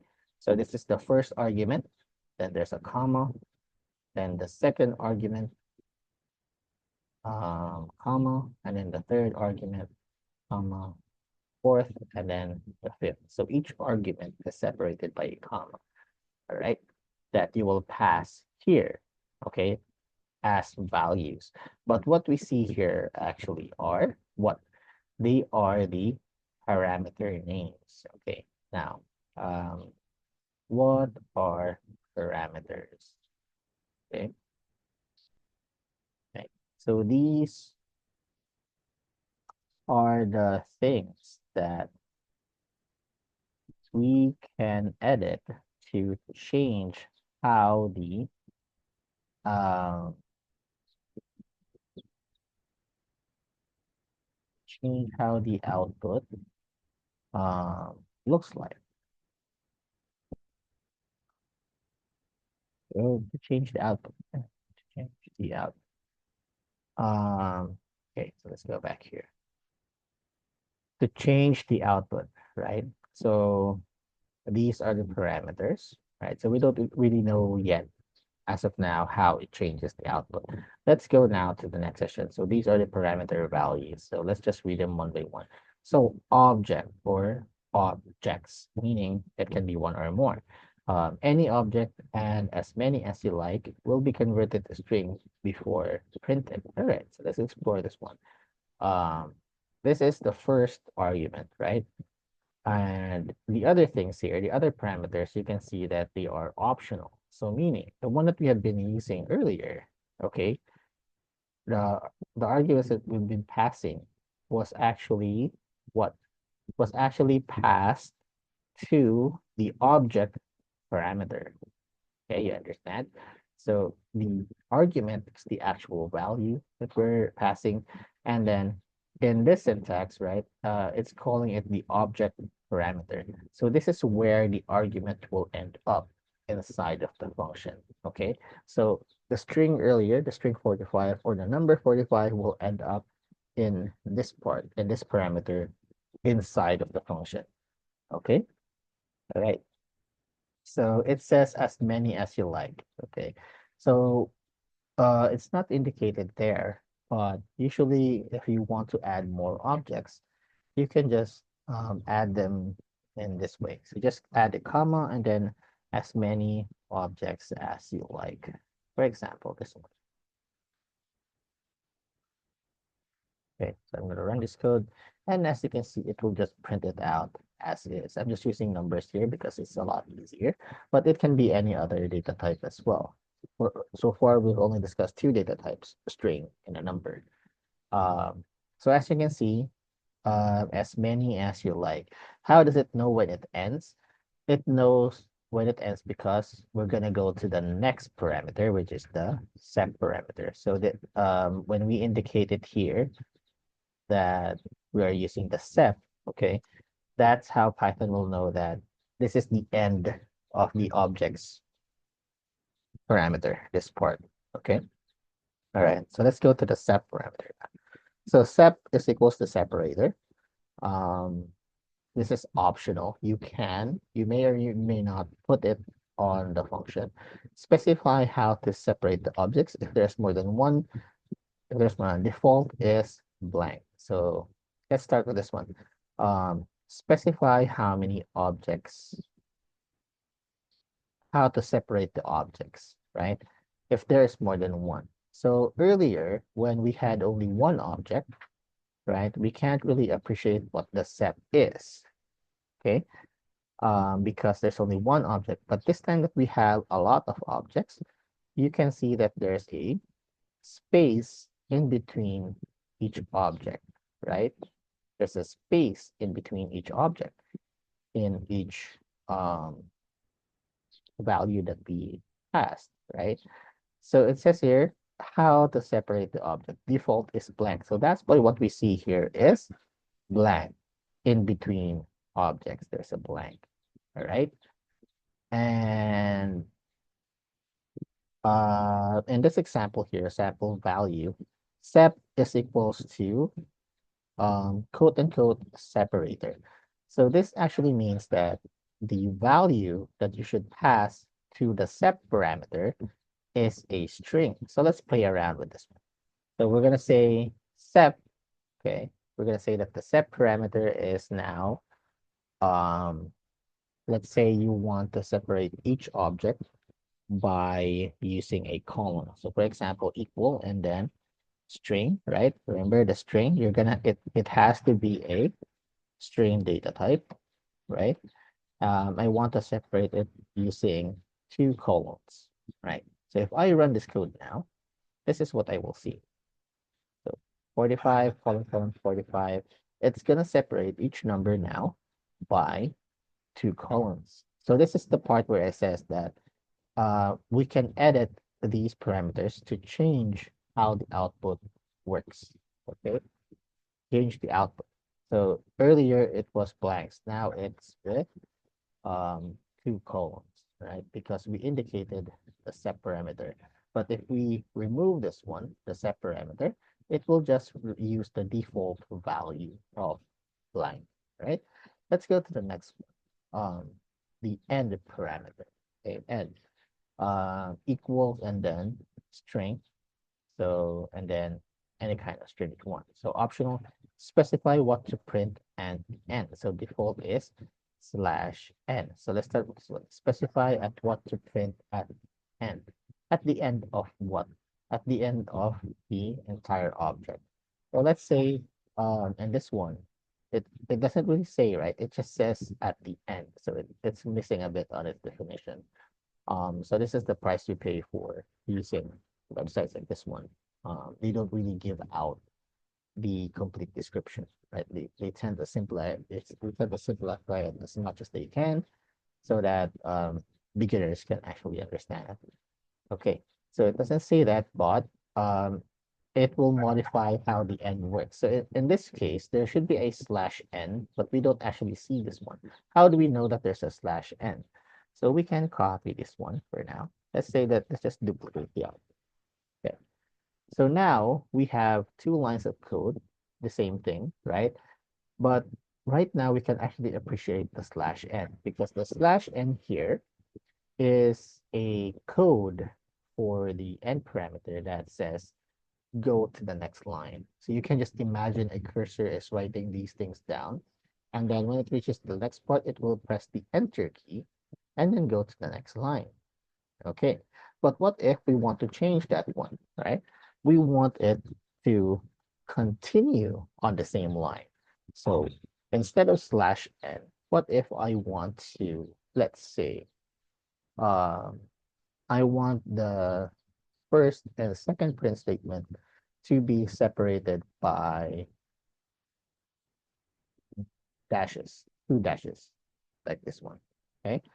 So what we should expect is that the output of this line of code, line 1 and line 2, will just be one line separated by this character, two dashes, at the end of the first one. So run it, and there we see, although it's wrapping up, let's remove some of them.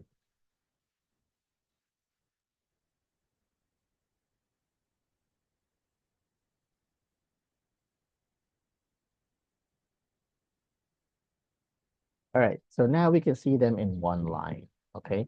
And as you can see at the end of the first one, it has two dashes, and then it immediately begins the second print statement, all right?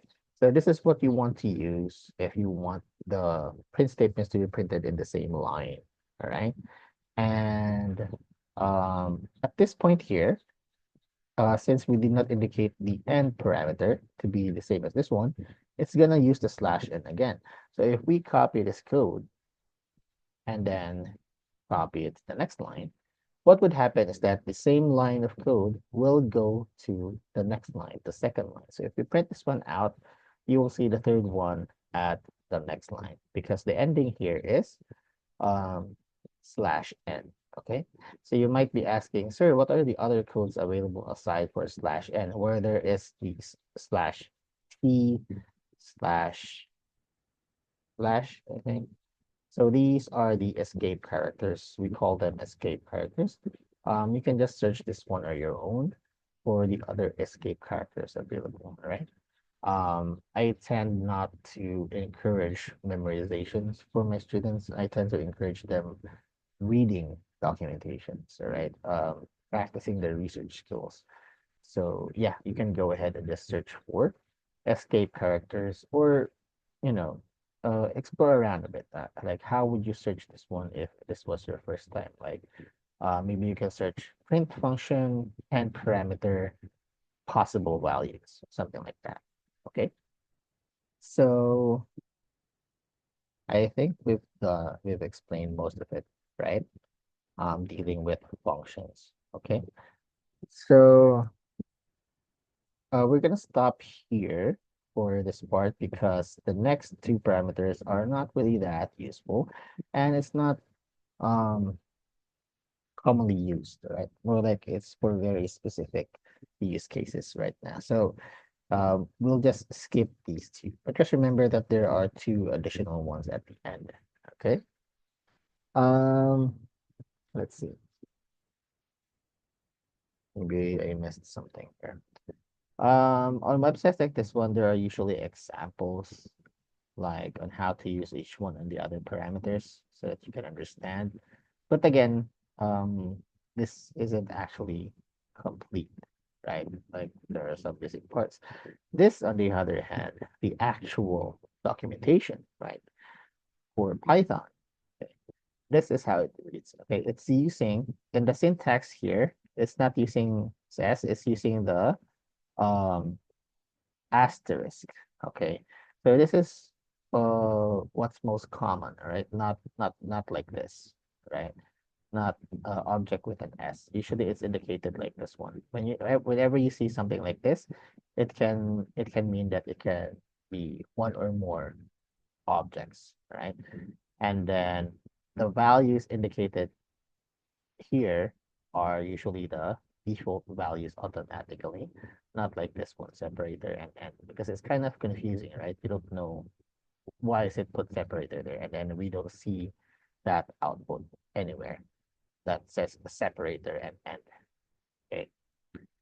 Uh, so yeah, let's try and read the actual definition. So print objects to the text stream file, this one, separated by sep and then followed by end, sep and file and flush, if present, must be given as keyword arguments. All right.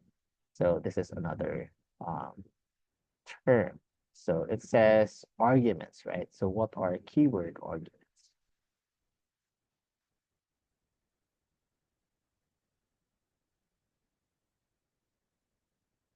So when it says keyword arguments, um, basically these are the values, but we're attaching certain keywords to them, right? Because we can consider this one, right? This is a string, right?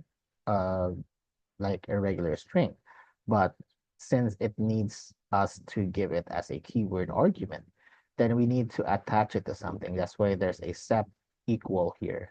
Okay. Because this is going to be a keyword argument. But in terms of parameters, we're going to call that one the sep and the end parameter. Okay. If we're talking in the context of parameters. Okay. Um, all non-keyword arguments are converted to strings like string does and written to the string, separated by sep and followed by end. They can also be none, which means to use the default values. If no objects are given print, we'll just write end. So this is actually good. There's something here that's not indicated there. So if you just ah, if you just um print it like regularly, that one, it says it should print. It will just write end. If no objects are given, it will just write end. Um, let's try adding a set. Mm,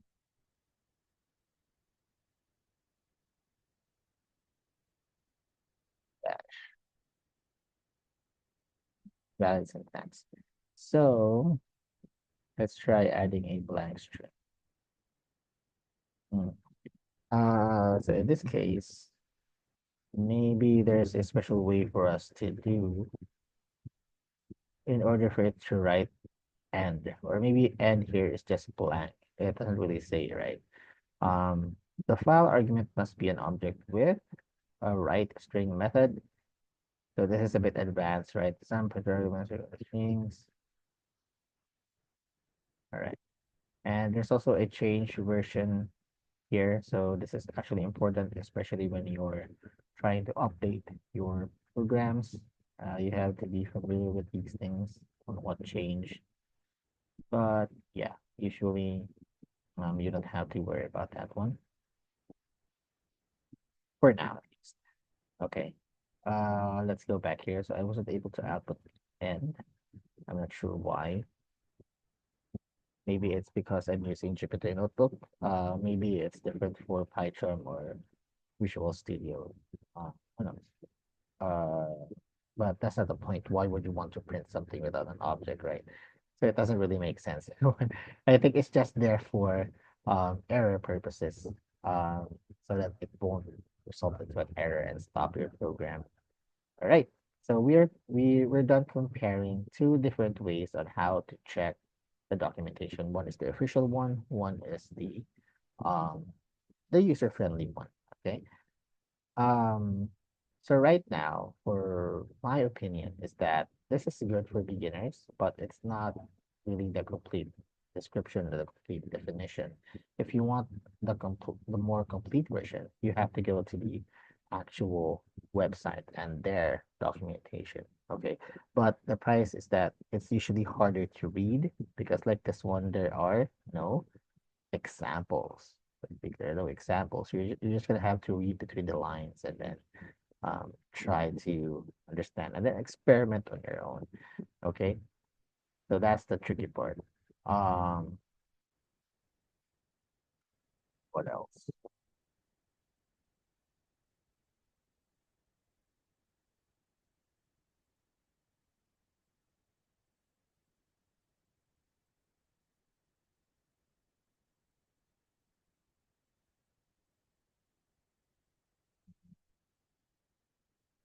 Aside the specific word.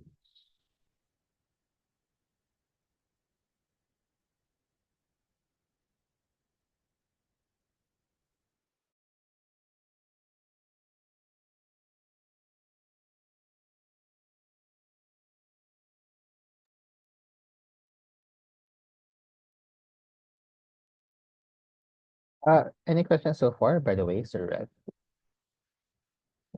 And so far, All right. So, you've understood everything so far, right? yes, sir, yes, sir. Okay. So I know it's rather basic for now. since you've already been practicing programming, but this is for the other students as well that's attending this boot camp because I'm not sure if all of them are also um, familiar already with programming. All right. What have we forgotten? So libraries and modules, we'll just get back to that one. What else did I?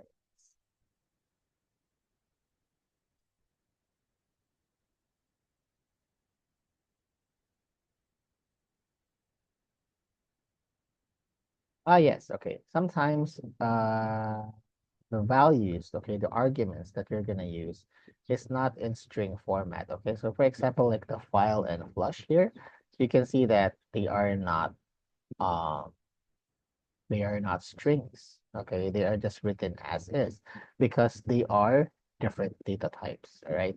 So one is a Boolean data type, the false, and one is the none value. It's a special value in Python. So if you try and use this one, right? So and then what's the next one? File, right? And then you're gonna say none. So take a look. The none is actually highlighted as green. That means Python understands that one as a value, a special value. All right. The same thing goes for the flush, right? And then you're gonna write false or true. It's gonna turn green and bold. That means Python recognizes that one. If you put something and then um, it's not green, then Python is not yet sure what that is, but odds are it will return an error. Okay, so let's try this one out. Let's have print, right? And then have an object, uh, my text, right? And then let's try the set parameter, but this time we're gonna use a Boolean, okay? So true. And then we're gonna run the code. So as you can see here, it returned a type error. Okay, so it's gonna say sep must be none or a string, not bool. So bool here is another data type. All right. So in short, the Boolean data type, there's only two values for that one. It's true or false. Okay? Bool data type, these are just true or false. Okay. In Python, T and F should be capital if you want to use them as actual values. Okay. So at this point, Python already understands that we did something wrong with our syntax. Okay. And it's going to say type error. Okay. So a data type error. So set must be none or a string, not Boolean. So this is one way that Python shows us that we need to fix a certain part of our code so that in the future it won't actually cause problems. So when we run our program, because it's kind of a hassle, right? Especially in data science when you're running, let's say, a very large data set, and then it stops suddenly at the middle of the process because you had an error. And then whenever it encounters an error, it will stop everything. So meaning all the work that you've done so far will disappear. So that's a waste, right? Later on, we're gonna learn how to um, anticipate errors, right? And if they should appear, what would your program do so that it will not stop? You have to take that into account in order for your project to work perfectly. Okay. Um, you're taking future problems into account. You're assuming that there's going to be an error in this part because of certain values, like inputs that doesn't match. So yeah, we're going to be learning that as well uh, in the future. Okay. What else did I miss? Mm,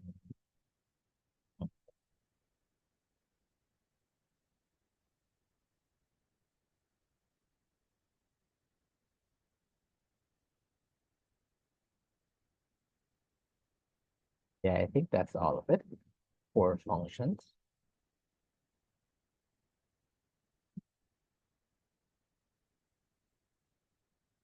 Yeah. All right. So that's it basically. So from here on out, we're gonna up the pace a little bit because we know how to read functions, right? We know that when we say arguments, it's the actual values that we're giving it. And then when we say parameters, it's the things that we edit to change the output. Okay. And in the context of arguments, it's when we are trying to use the function. In the context of parameters, um, it's when we are inside of the function. Like where will those arguments end up inside of the function? Because these things will be saved in these keywords, right? And then the function will use those values as references later on when it runs the entire task, right? Which is hinting it out in terms of the print function here, right? So yeah, how we discuss the print function here, how we read the documentation, okay? It's the same thing with all the other functions that we're gonna encounter soon. So in order for us to not really waste enough time, I'm gonna leave it up to you guys to explore further the other functions so that you guys can also train on how to do research, right? Because in programming is actually like 70 to 80% more reading than actual coding, right? There's less coding actually and more reading. That usually what happens when you get into this um, industry. So most of the time, people are assuming that you're coding all the time. That's not true. There are more um, time spent reading code, and then there are meetings, and then there's the actual coding part. So yeah, that's it. Um, it's not like the ones that you see in the movies where like everyone is always on their laptops and coding. That's not really true. Although there is a specific time in a development where everyone is just coding, all right. But in terms of the percentage, right, it's a lot less. There's more meetings and more reading, and then more um, parts where your team is going to decide what are we going to use, what libraries, right? Is this good enough? Um, where are we on our project? You're going to be looking at flow charts. Um, there's also scrums. You're going to experience that one soon if you apply the jobs. There's also agile. You'll encounter those words as well. But right now, we don't really need to care about those stuff. Let's just focus first on Python, the basics of Python. Once you have a good foundation here, um, reading any kind of language, any kind of code from other developers will actually be a lot easier. So a good foundation is always important. All right. Okay. I'm gonna close these things and then go back here. All right. Let's explore a few slides after this one, and then we'll have a quick break before we finish everything else out. Because after this, it's just other functions that we're going to encounter. For this one here, it's just the input function, okay? So the follow example receives an input string from the user and saves it for further processing. So this time we have a new function. It's called the input function. So basically, this is the part where the program interacts with the user. So it has a prompt argument. This is what will appear and then waits for the user to enter something. And then once it enters something, it's going to save that value into a variable. So there are new terms that we have learned here. Um, let's start with variables. All right. All right. So what are variables? So I want you to imagine variables as a box. Imagine it as a box with a name that describes what you should put inside the box. This is how I would explain what a variable is. So we have a box. let's say we have a box of toys, all right? So obviously, what are you gonna put in that box? You're gonna put uh like any kind of toys that you can think of, your action figure, your playing cards, your poker set, your all other toys, um your drones or something. Okay, as long as it's toys. But um it's not enough, right? So you're gonna have to indicate like a name, right? The name for that box. So it's gonna, yeah, for the example, I'm gonna name it Daniel's Toys. So my toys, right? So now our variable is complete. We have a box. We have a name that describes what is inside of that box and what we should put inside that box.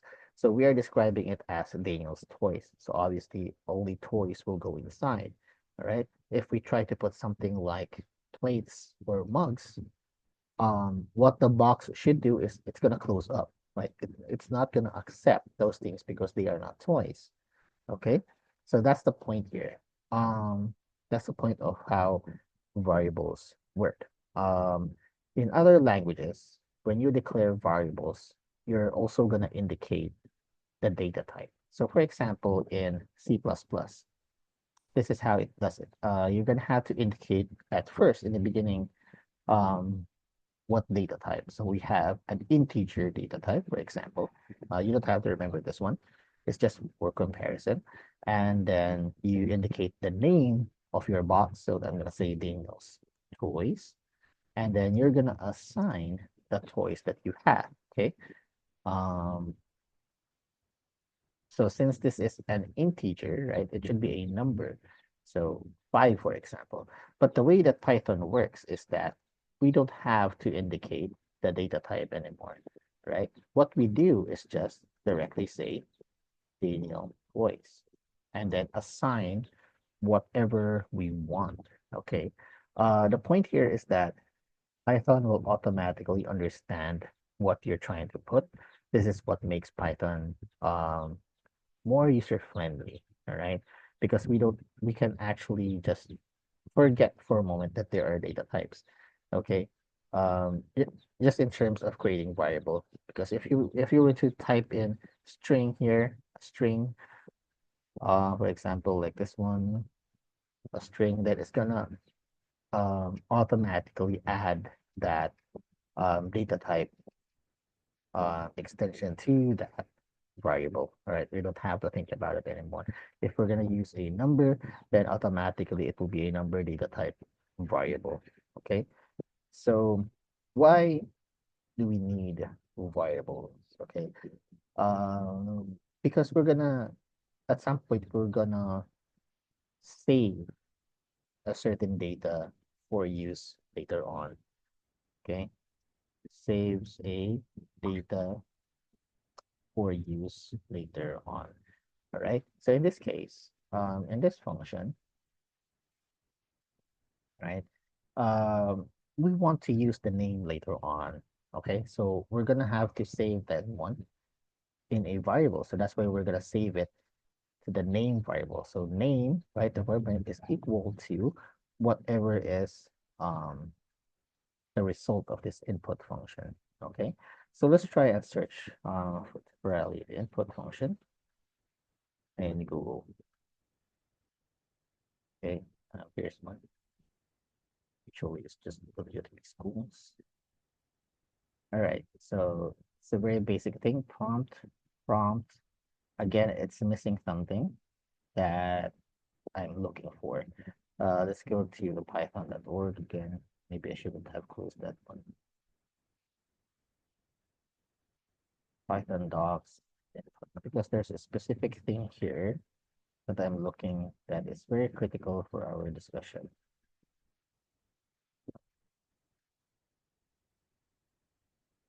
Input. Right. So if the prompt argument is present, it is written as their output without a trailing new line. The function that reads from input converts it into a string. This is important. So whatever we input, right, as the user, it's going to convert it into a string. right? And returns that one. This is the keyword that I'm looking for, returns. And this is the keyword that we'll always see when you're reading functions. Actually, not just functions, in other things as well. So what does it mean when it says return? Okay, so whenever you see something like that, uh, I want you to think of this one as the um, waiter and customer, right? Okay. So you are the customer, okay? And then the waiter is the input function, okay? Um, so let's say you are the customer, okay? So the waiter comes into you. It's the input function. It's gonna say, "What's your name, sir?" Or in this case, "What's your order?" And then you're gonna say, "I want to order a fried chicken," right? So it will take that, right? The waiter will now go back, processes things, right, to the chef, and then the chef will cook. And then what will the waiter do, right? What will the waiter do after the order is ready? The waiter will what? It will return to the customer. It will return, right, to the customer with the output, which is the fried chicken. The same thing goes with the return here in programming. So it's not really stated here, but when you say return, there's a part in the function where the return keyword is declared, meaning it will give back something to the one that calls it. So again, here we are what we are we are calling the function here, right? This is how we call function. This is how we use function. So when we call the input function, it will return to us something as well. What will it return? It will return the input that we gave it and then convert it into a string. And then that's it. This is the return value. It will be the the one that we gave it, the value that we gave it, and then converts it into a string. Okay, now since it returned to us, right? Since it returned to us, if you're just gonna write it out like this one, okay? Yeah. Oh, wait, let's just go back to the bottom. Okay. So let's say,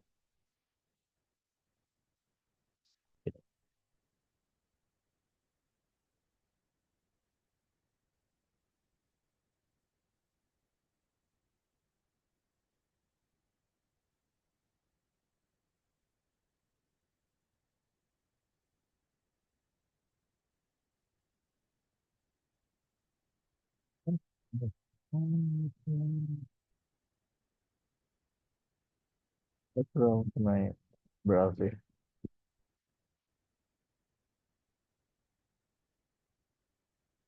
Let me just do it again. Um,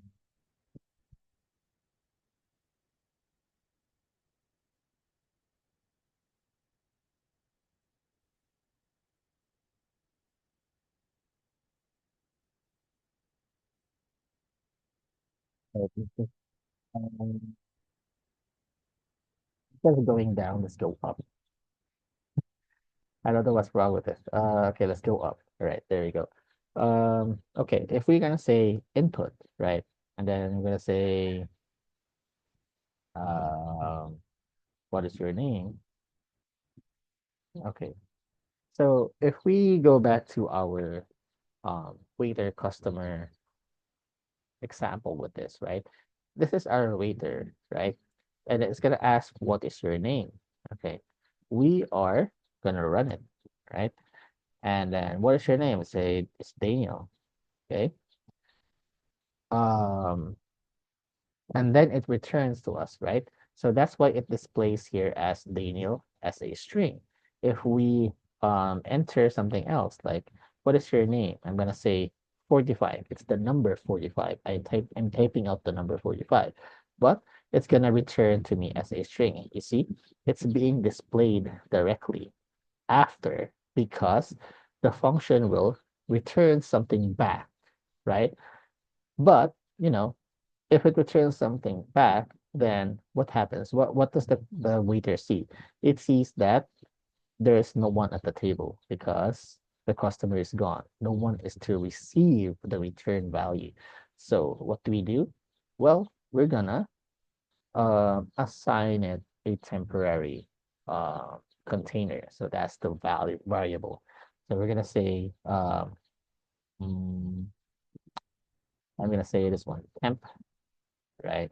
This is the name of my variable. Okay, and then I'm gonna assign it the value, the return value of input.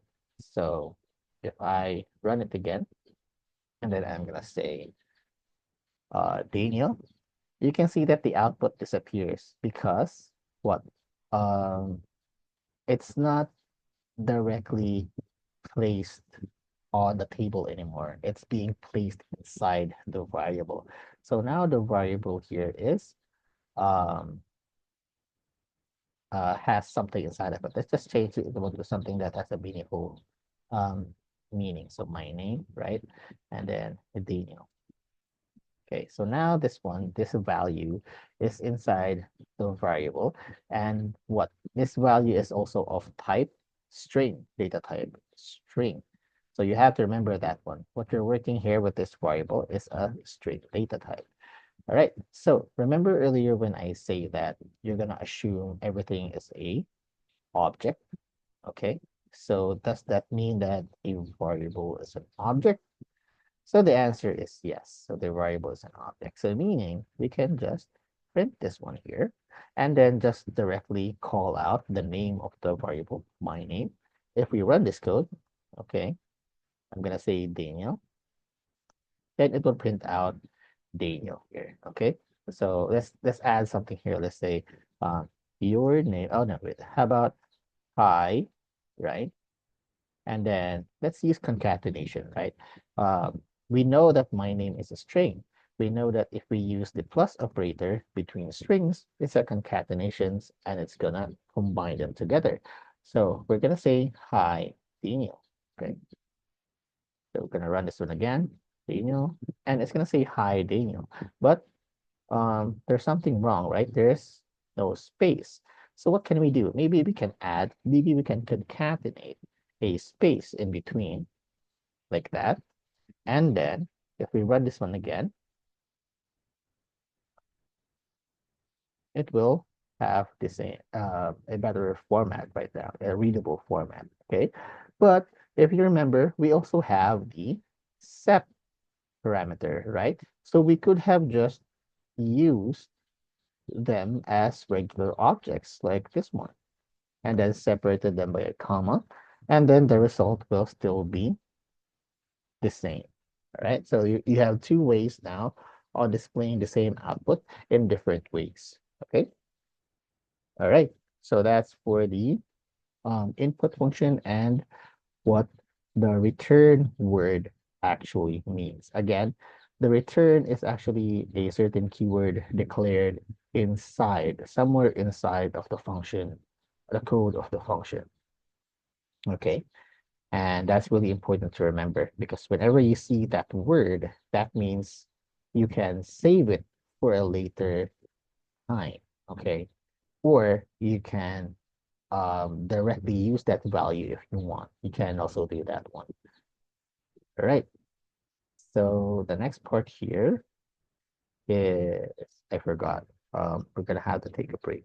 Okay, let's have a quick 15-minute break. So let's be back here by 4:30. Okay, sir? Okay, sir. All right. Sorry po.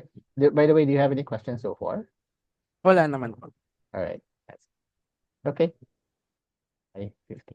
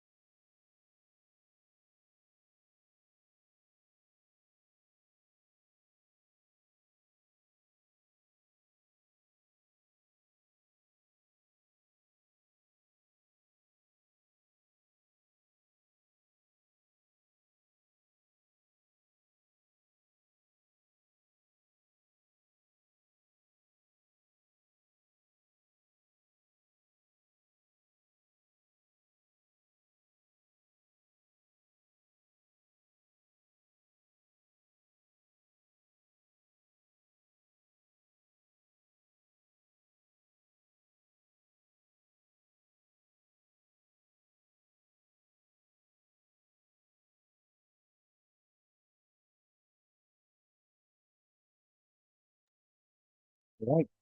So are you here, Sir?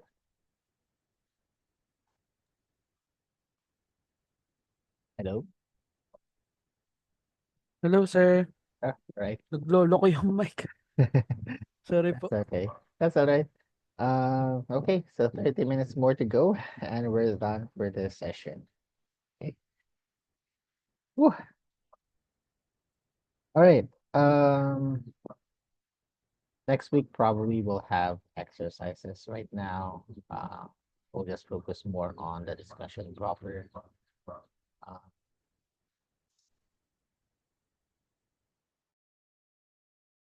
all right. So we're done with the input. Now we're gonna learn something called the int and float um the int and float functions, all right? So both of them are related to numbers, but the int is for whole numbers, integers. Float is for floating point numbers, okay?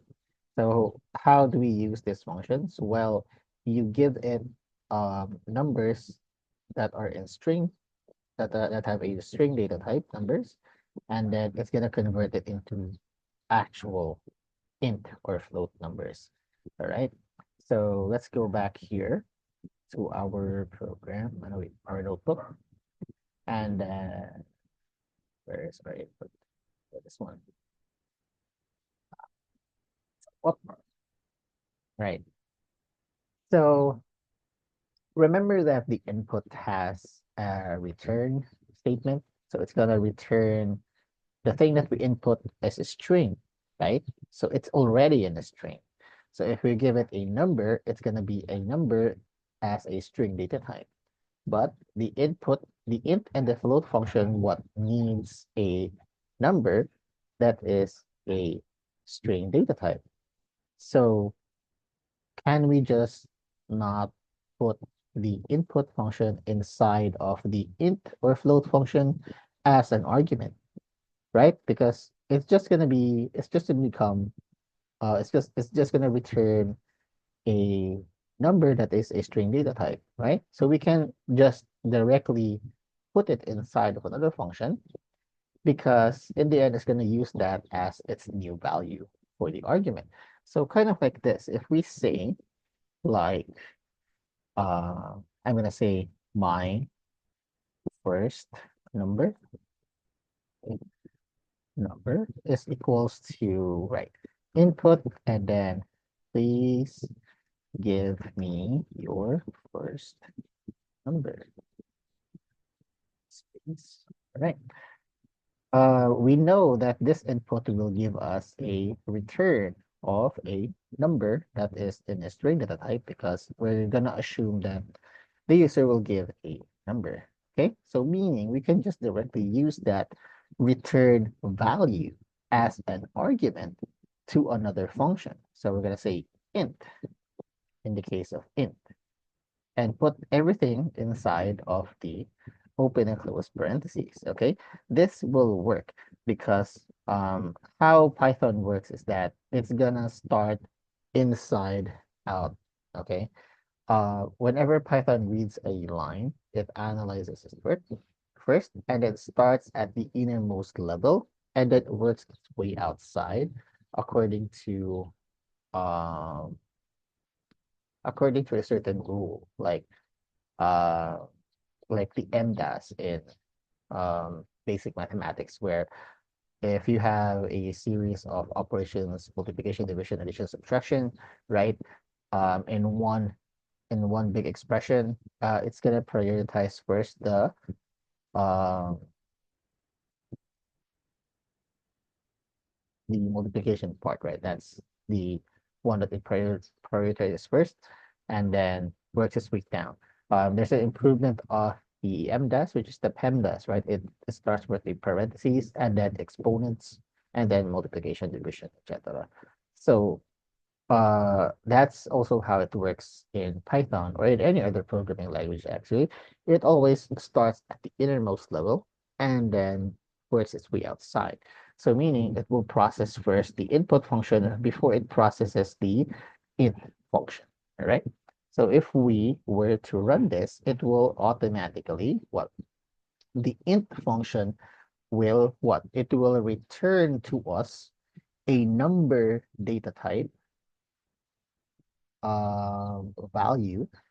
And since it returns a value, we can save it into a variable. So we can save it directly here, my first number. All right. If we were to copy this entire thing and ask for a second number, right?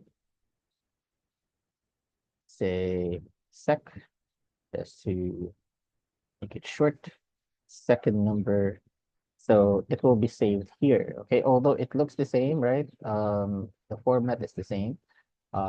It's assigned to a different variable, okay? And let's say that we're going to perform an operation on those two variables, okay? We're going to say my first number multiplied by my second number, just to see how it goes, okay? So if we run this code, let's see. Let's give it a first number like 9, and then the second number is 5. And it will give me the answer of 45. It will compute this expression automatically afterwards. So you see, it's not a string anymore, like what happened earlier with the input. It's now a number data type because of the int function. Okay, the same thing goes with the float function. It works the same way. It's just it it's assuming that you're gonna give it um floating point values. Okay, because if you're gonna give this, if you're gonna run it and then give it a number that's a floating point, then it's gonna give you an error. So it's gonna say value error and a valid literal for int with base 10. Okay, so it needs to be of base 10. This is not base 10. This is a floating point number. That's why it gives out an error. But if you were to um use float, right? And then use an integer value for this one, it will still accept that one because the number 5 can be considered as 5.0. So it's still a floating point number, so to speak, right? And 5.5, this is what you will get. See? So it can work on float, but for int, the float can't work. Floating numbers cannot work on. Okay. Just something to watch out for. So that's int and float, right? So how many functions have we learned so far? We have print, input, int, and float. Four so far. It's the same thing that I gave you earlier. All right. Float, int, input, print, and then concatenation. We're done with that. Um, yeah. So usually Python programs are saved into a script, and then you're gonna run that script somewhere. It's usually it usually has an extension called .py, short for Python. But what we're using here is a Jupyter notebook. So we're not really expecting to export this notebook to somewhere else to be used at a different program. Okay, we're using this one as one whole package, a presentation of our project. Okay, the scripts that it indicate here is just pure code, and then it's gonna be used somewhere else, okay, um, as a library or as a module. So we can define this one. Where is it? Okay, so a library. Okay, let's start with module. So a module is basically a collection of functions, but not just functions, okay? Functions and other things. Let's just call it other things for now, just to make it simpler for us.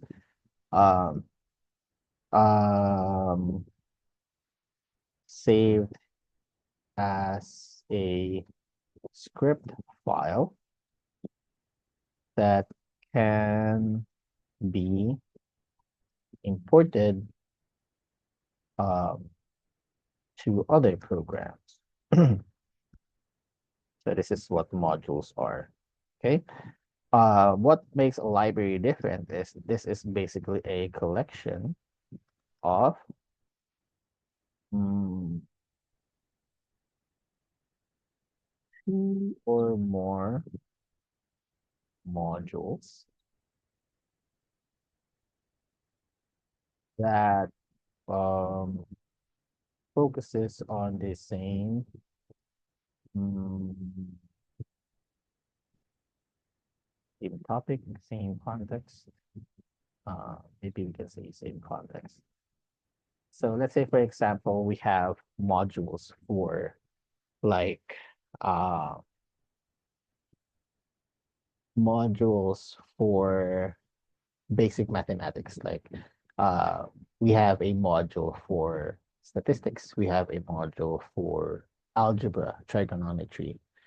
Um, a module for calculus, right? So each one is a different script. Okay, each one is a different file, and then we can import them individually. Now, what a library is basically a collection of those things, but it focuses um, the modules that it chose uh, focuses on the same thing. So we can say that the modules are those uh, things that I mentioned earlier, and then we can call the library as grade school mathematics, for example, right? So you understand the naming convention. That's how library and modules work, okay?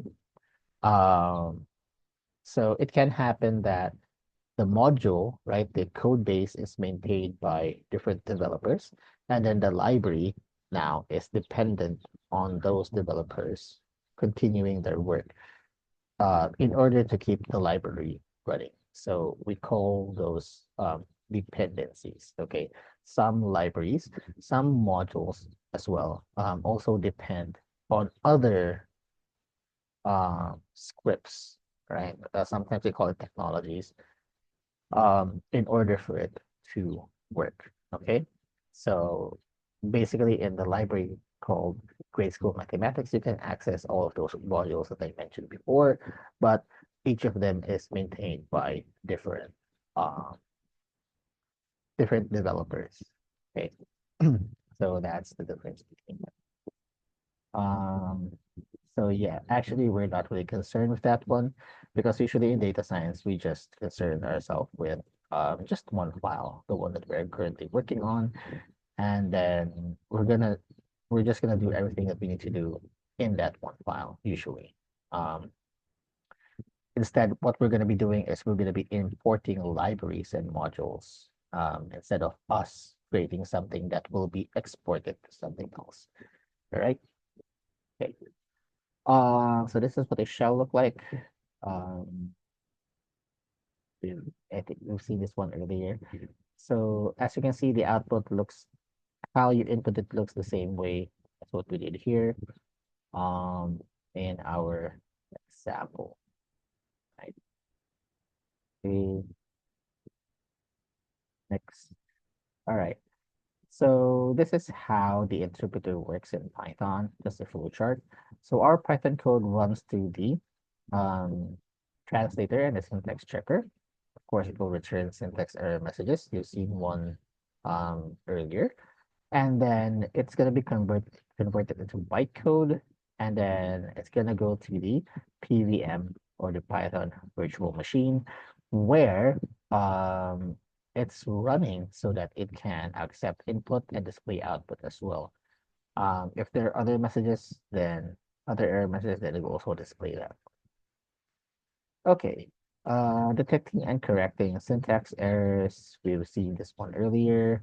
So basically, just follow where the error occurred, like this one, line one, and then the name of the error. That's usually correct.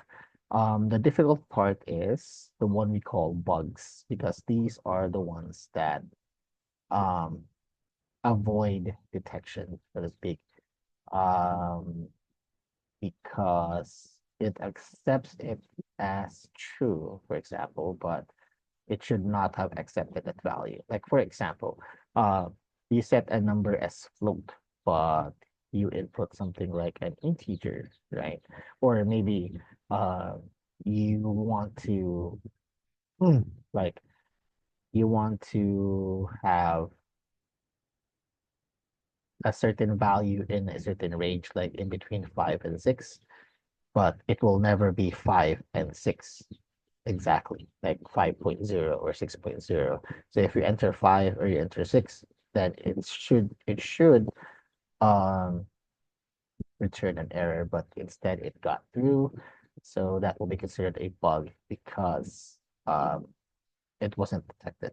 So Python is good for detecting something like this, like um type errors, um like logic errors. Okay, but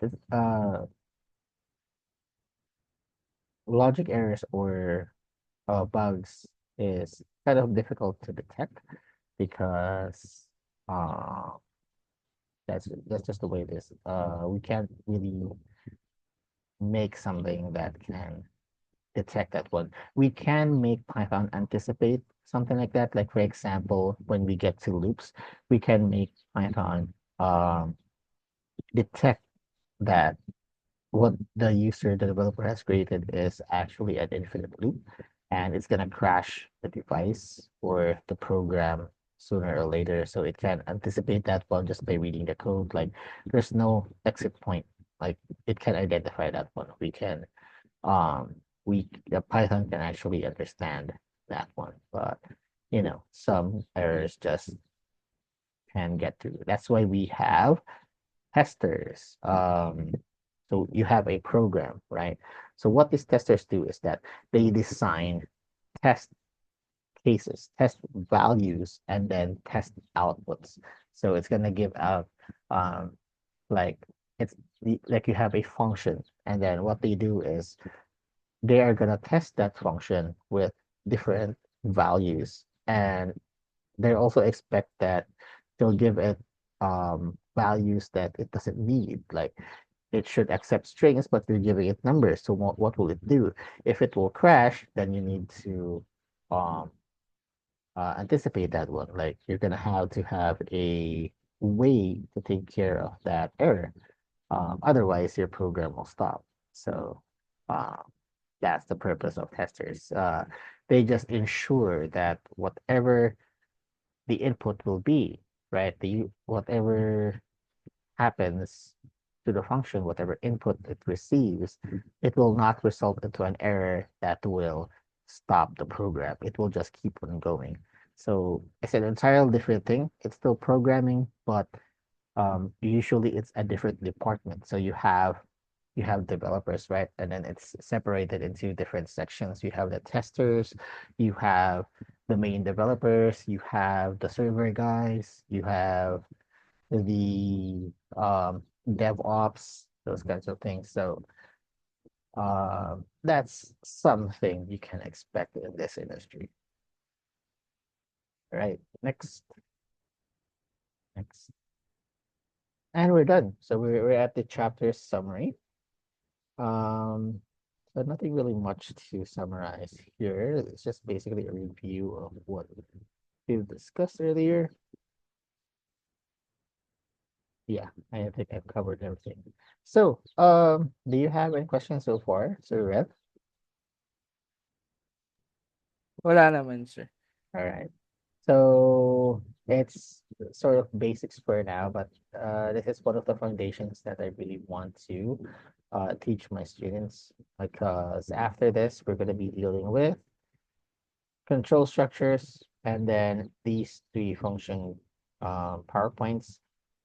So I'm expecting this is for one session and this is for one session as well, or maybe these two PowerPoints for one session and then these two for one, because I want to save web scraping for the fourth and Python pandas for the fifth. All right, so there will be more exercises in this section. So we're gonna allot some time for exercises. Okay, so the recording for this one will be uploaded as soon as I can. Um, it's not going to be uploaded on the LMS. What will be uploaded on the LMS is the PowerPoint that I'm using and also the lecture notes that I'm using in case you guys want to read this one. So all you have to do is just download this file and then just open it up regularly like it was any other file. Just locate it here in your browser, in your Explorer, and then you should be able to open it up. Um, what else? The link for the recording is actually kind of private. We're using YouTube for our um, recordings. So the link will be given to you via email um, when I'm done uploading it. So it usually takes some time to finish converting the video since it's a 4 hour video, almost 4 hour videos because we started recording a bit late. But, you know, I'm gonna upload it there. Okay. So if you have no further questions, Sir Rev, we can end our session now. Yes, sir, wala naman na po. Right.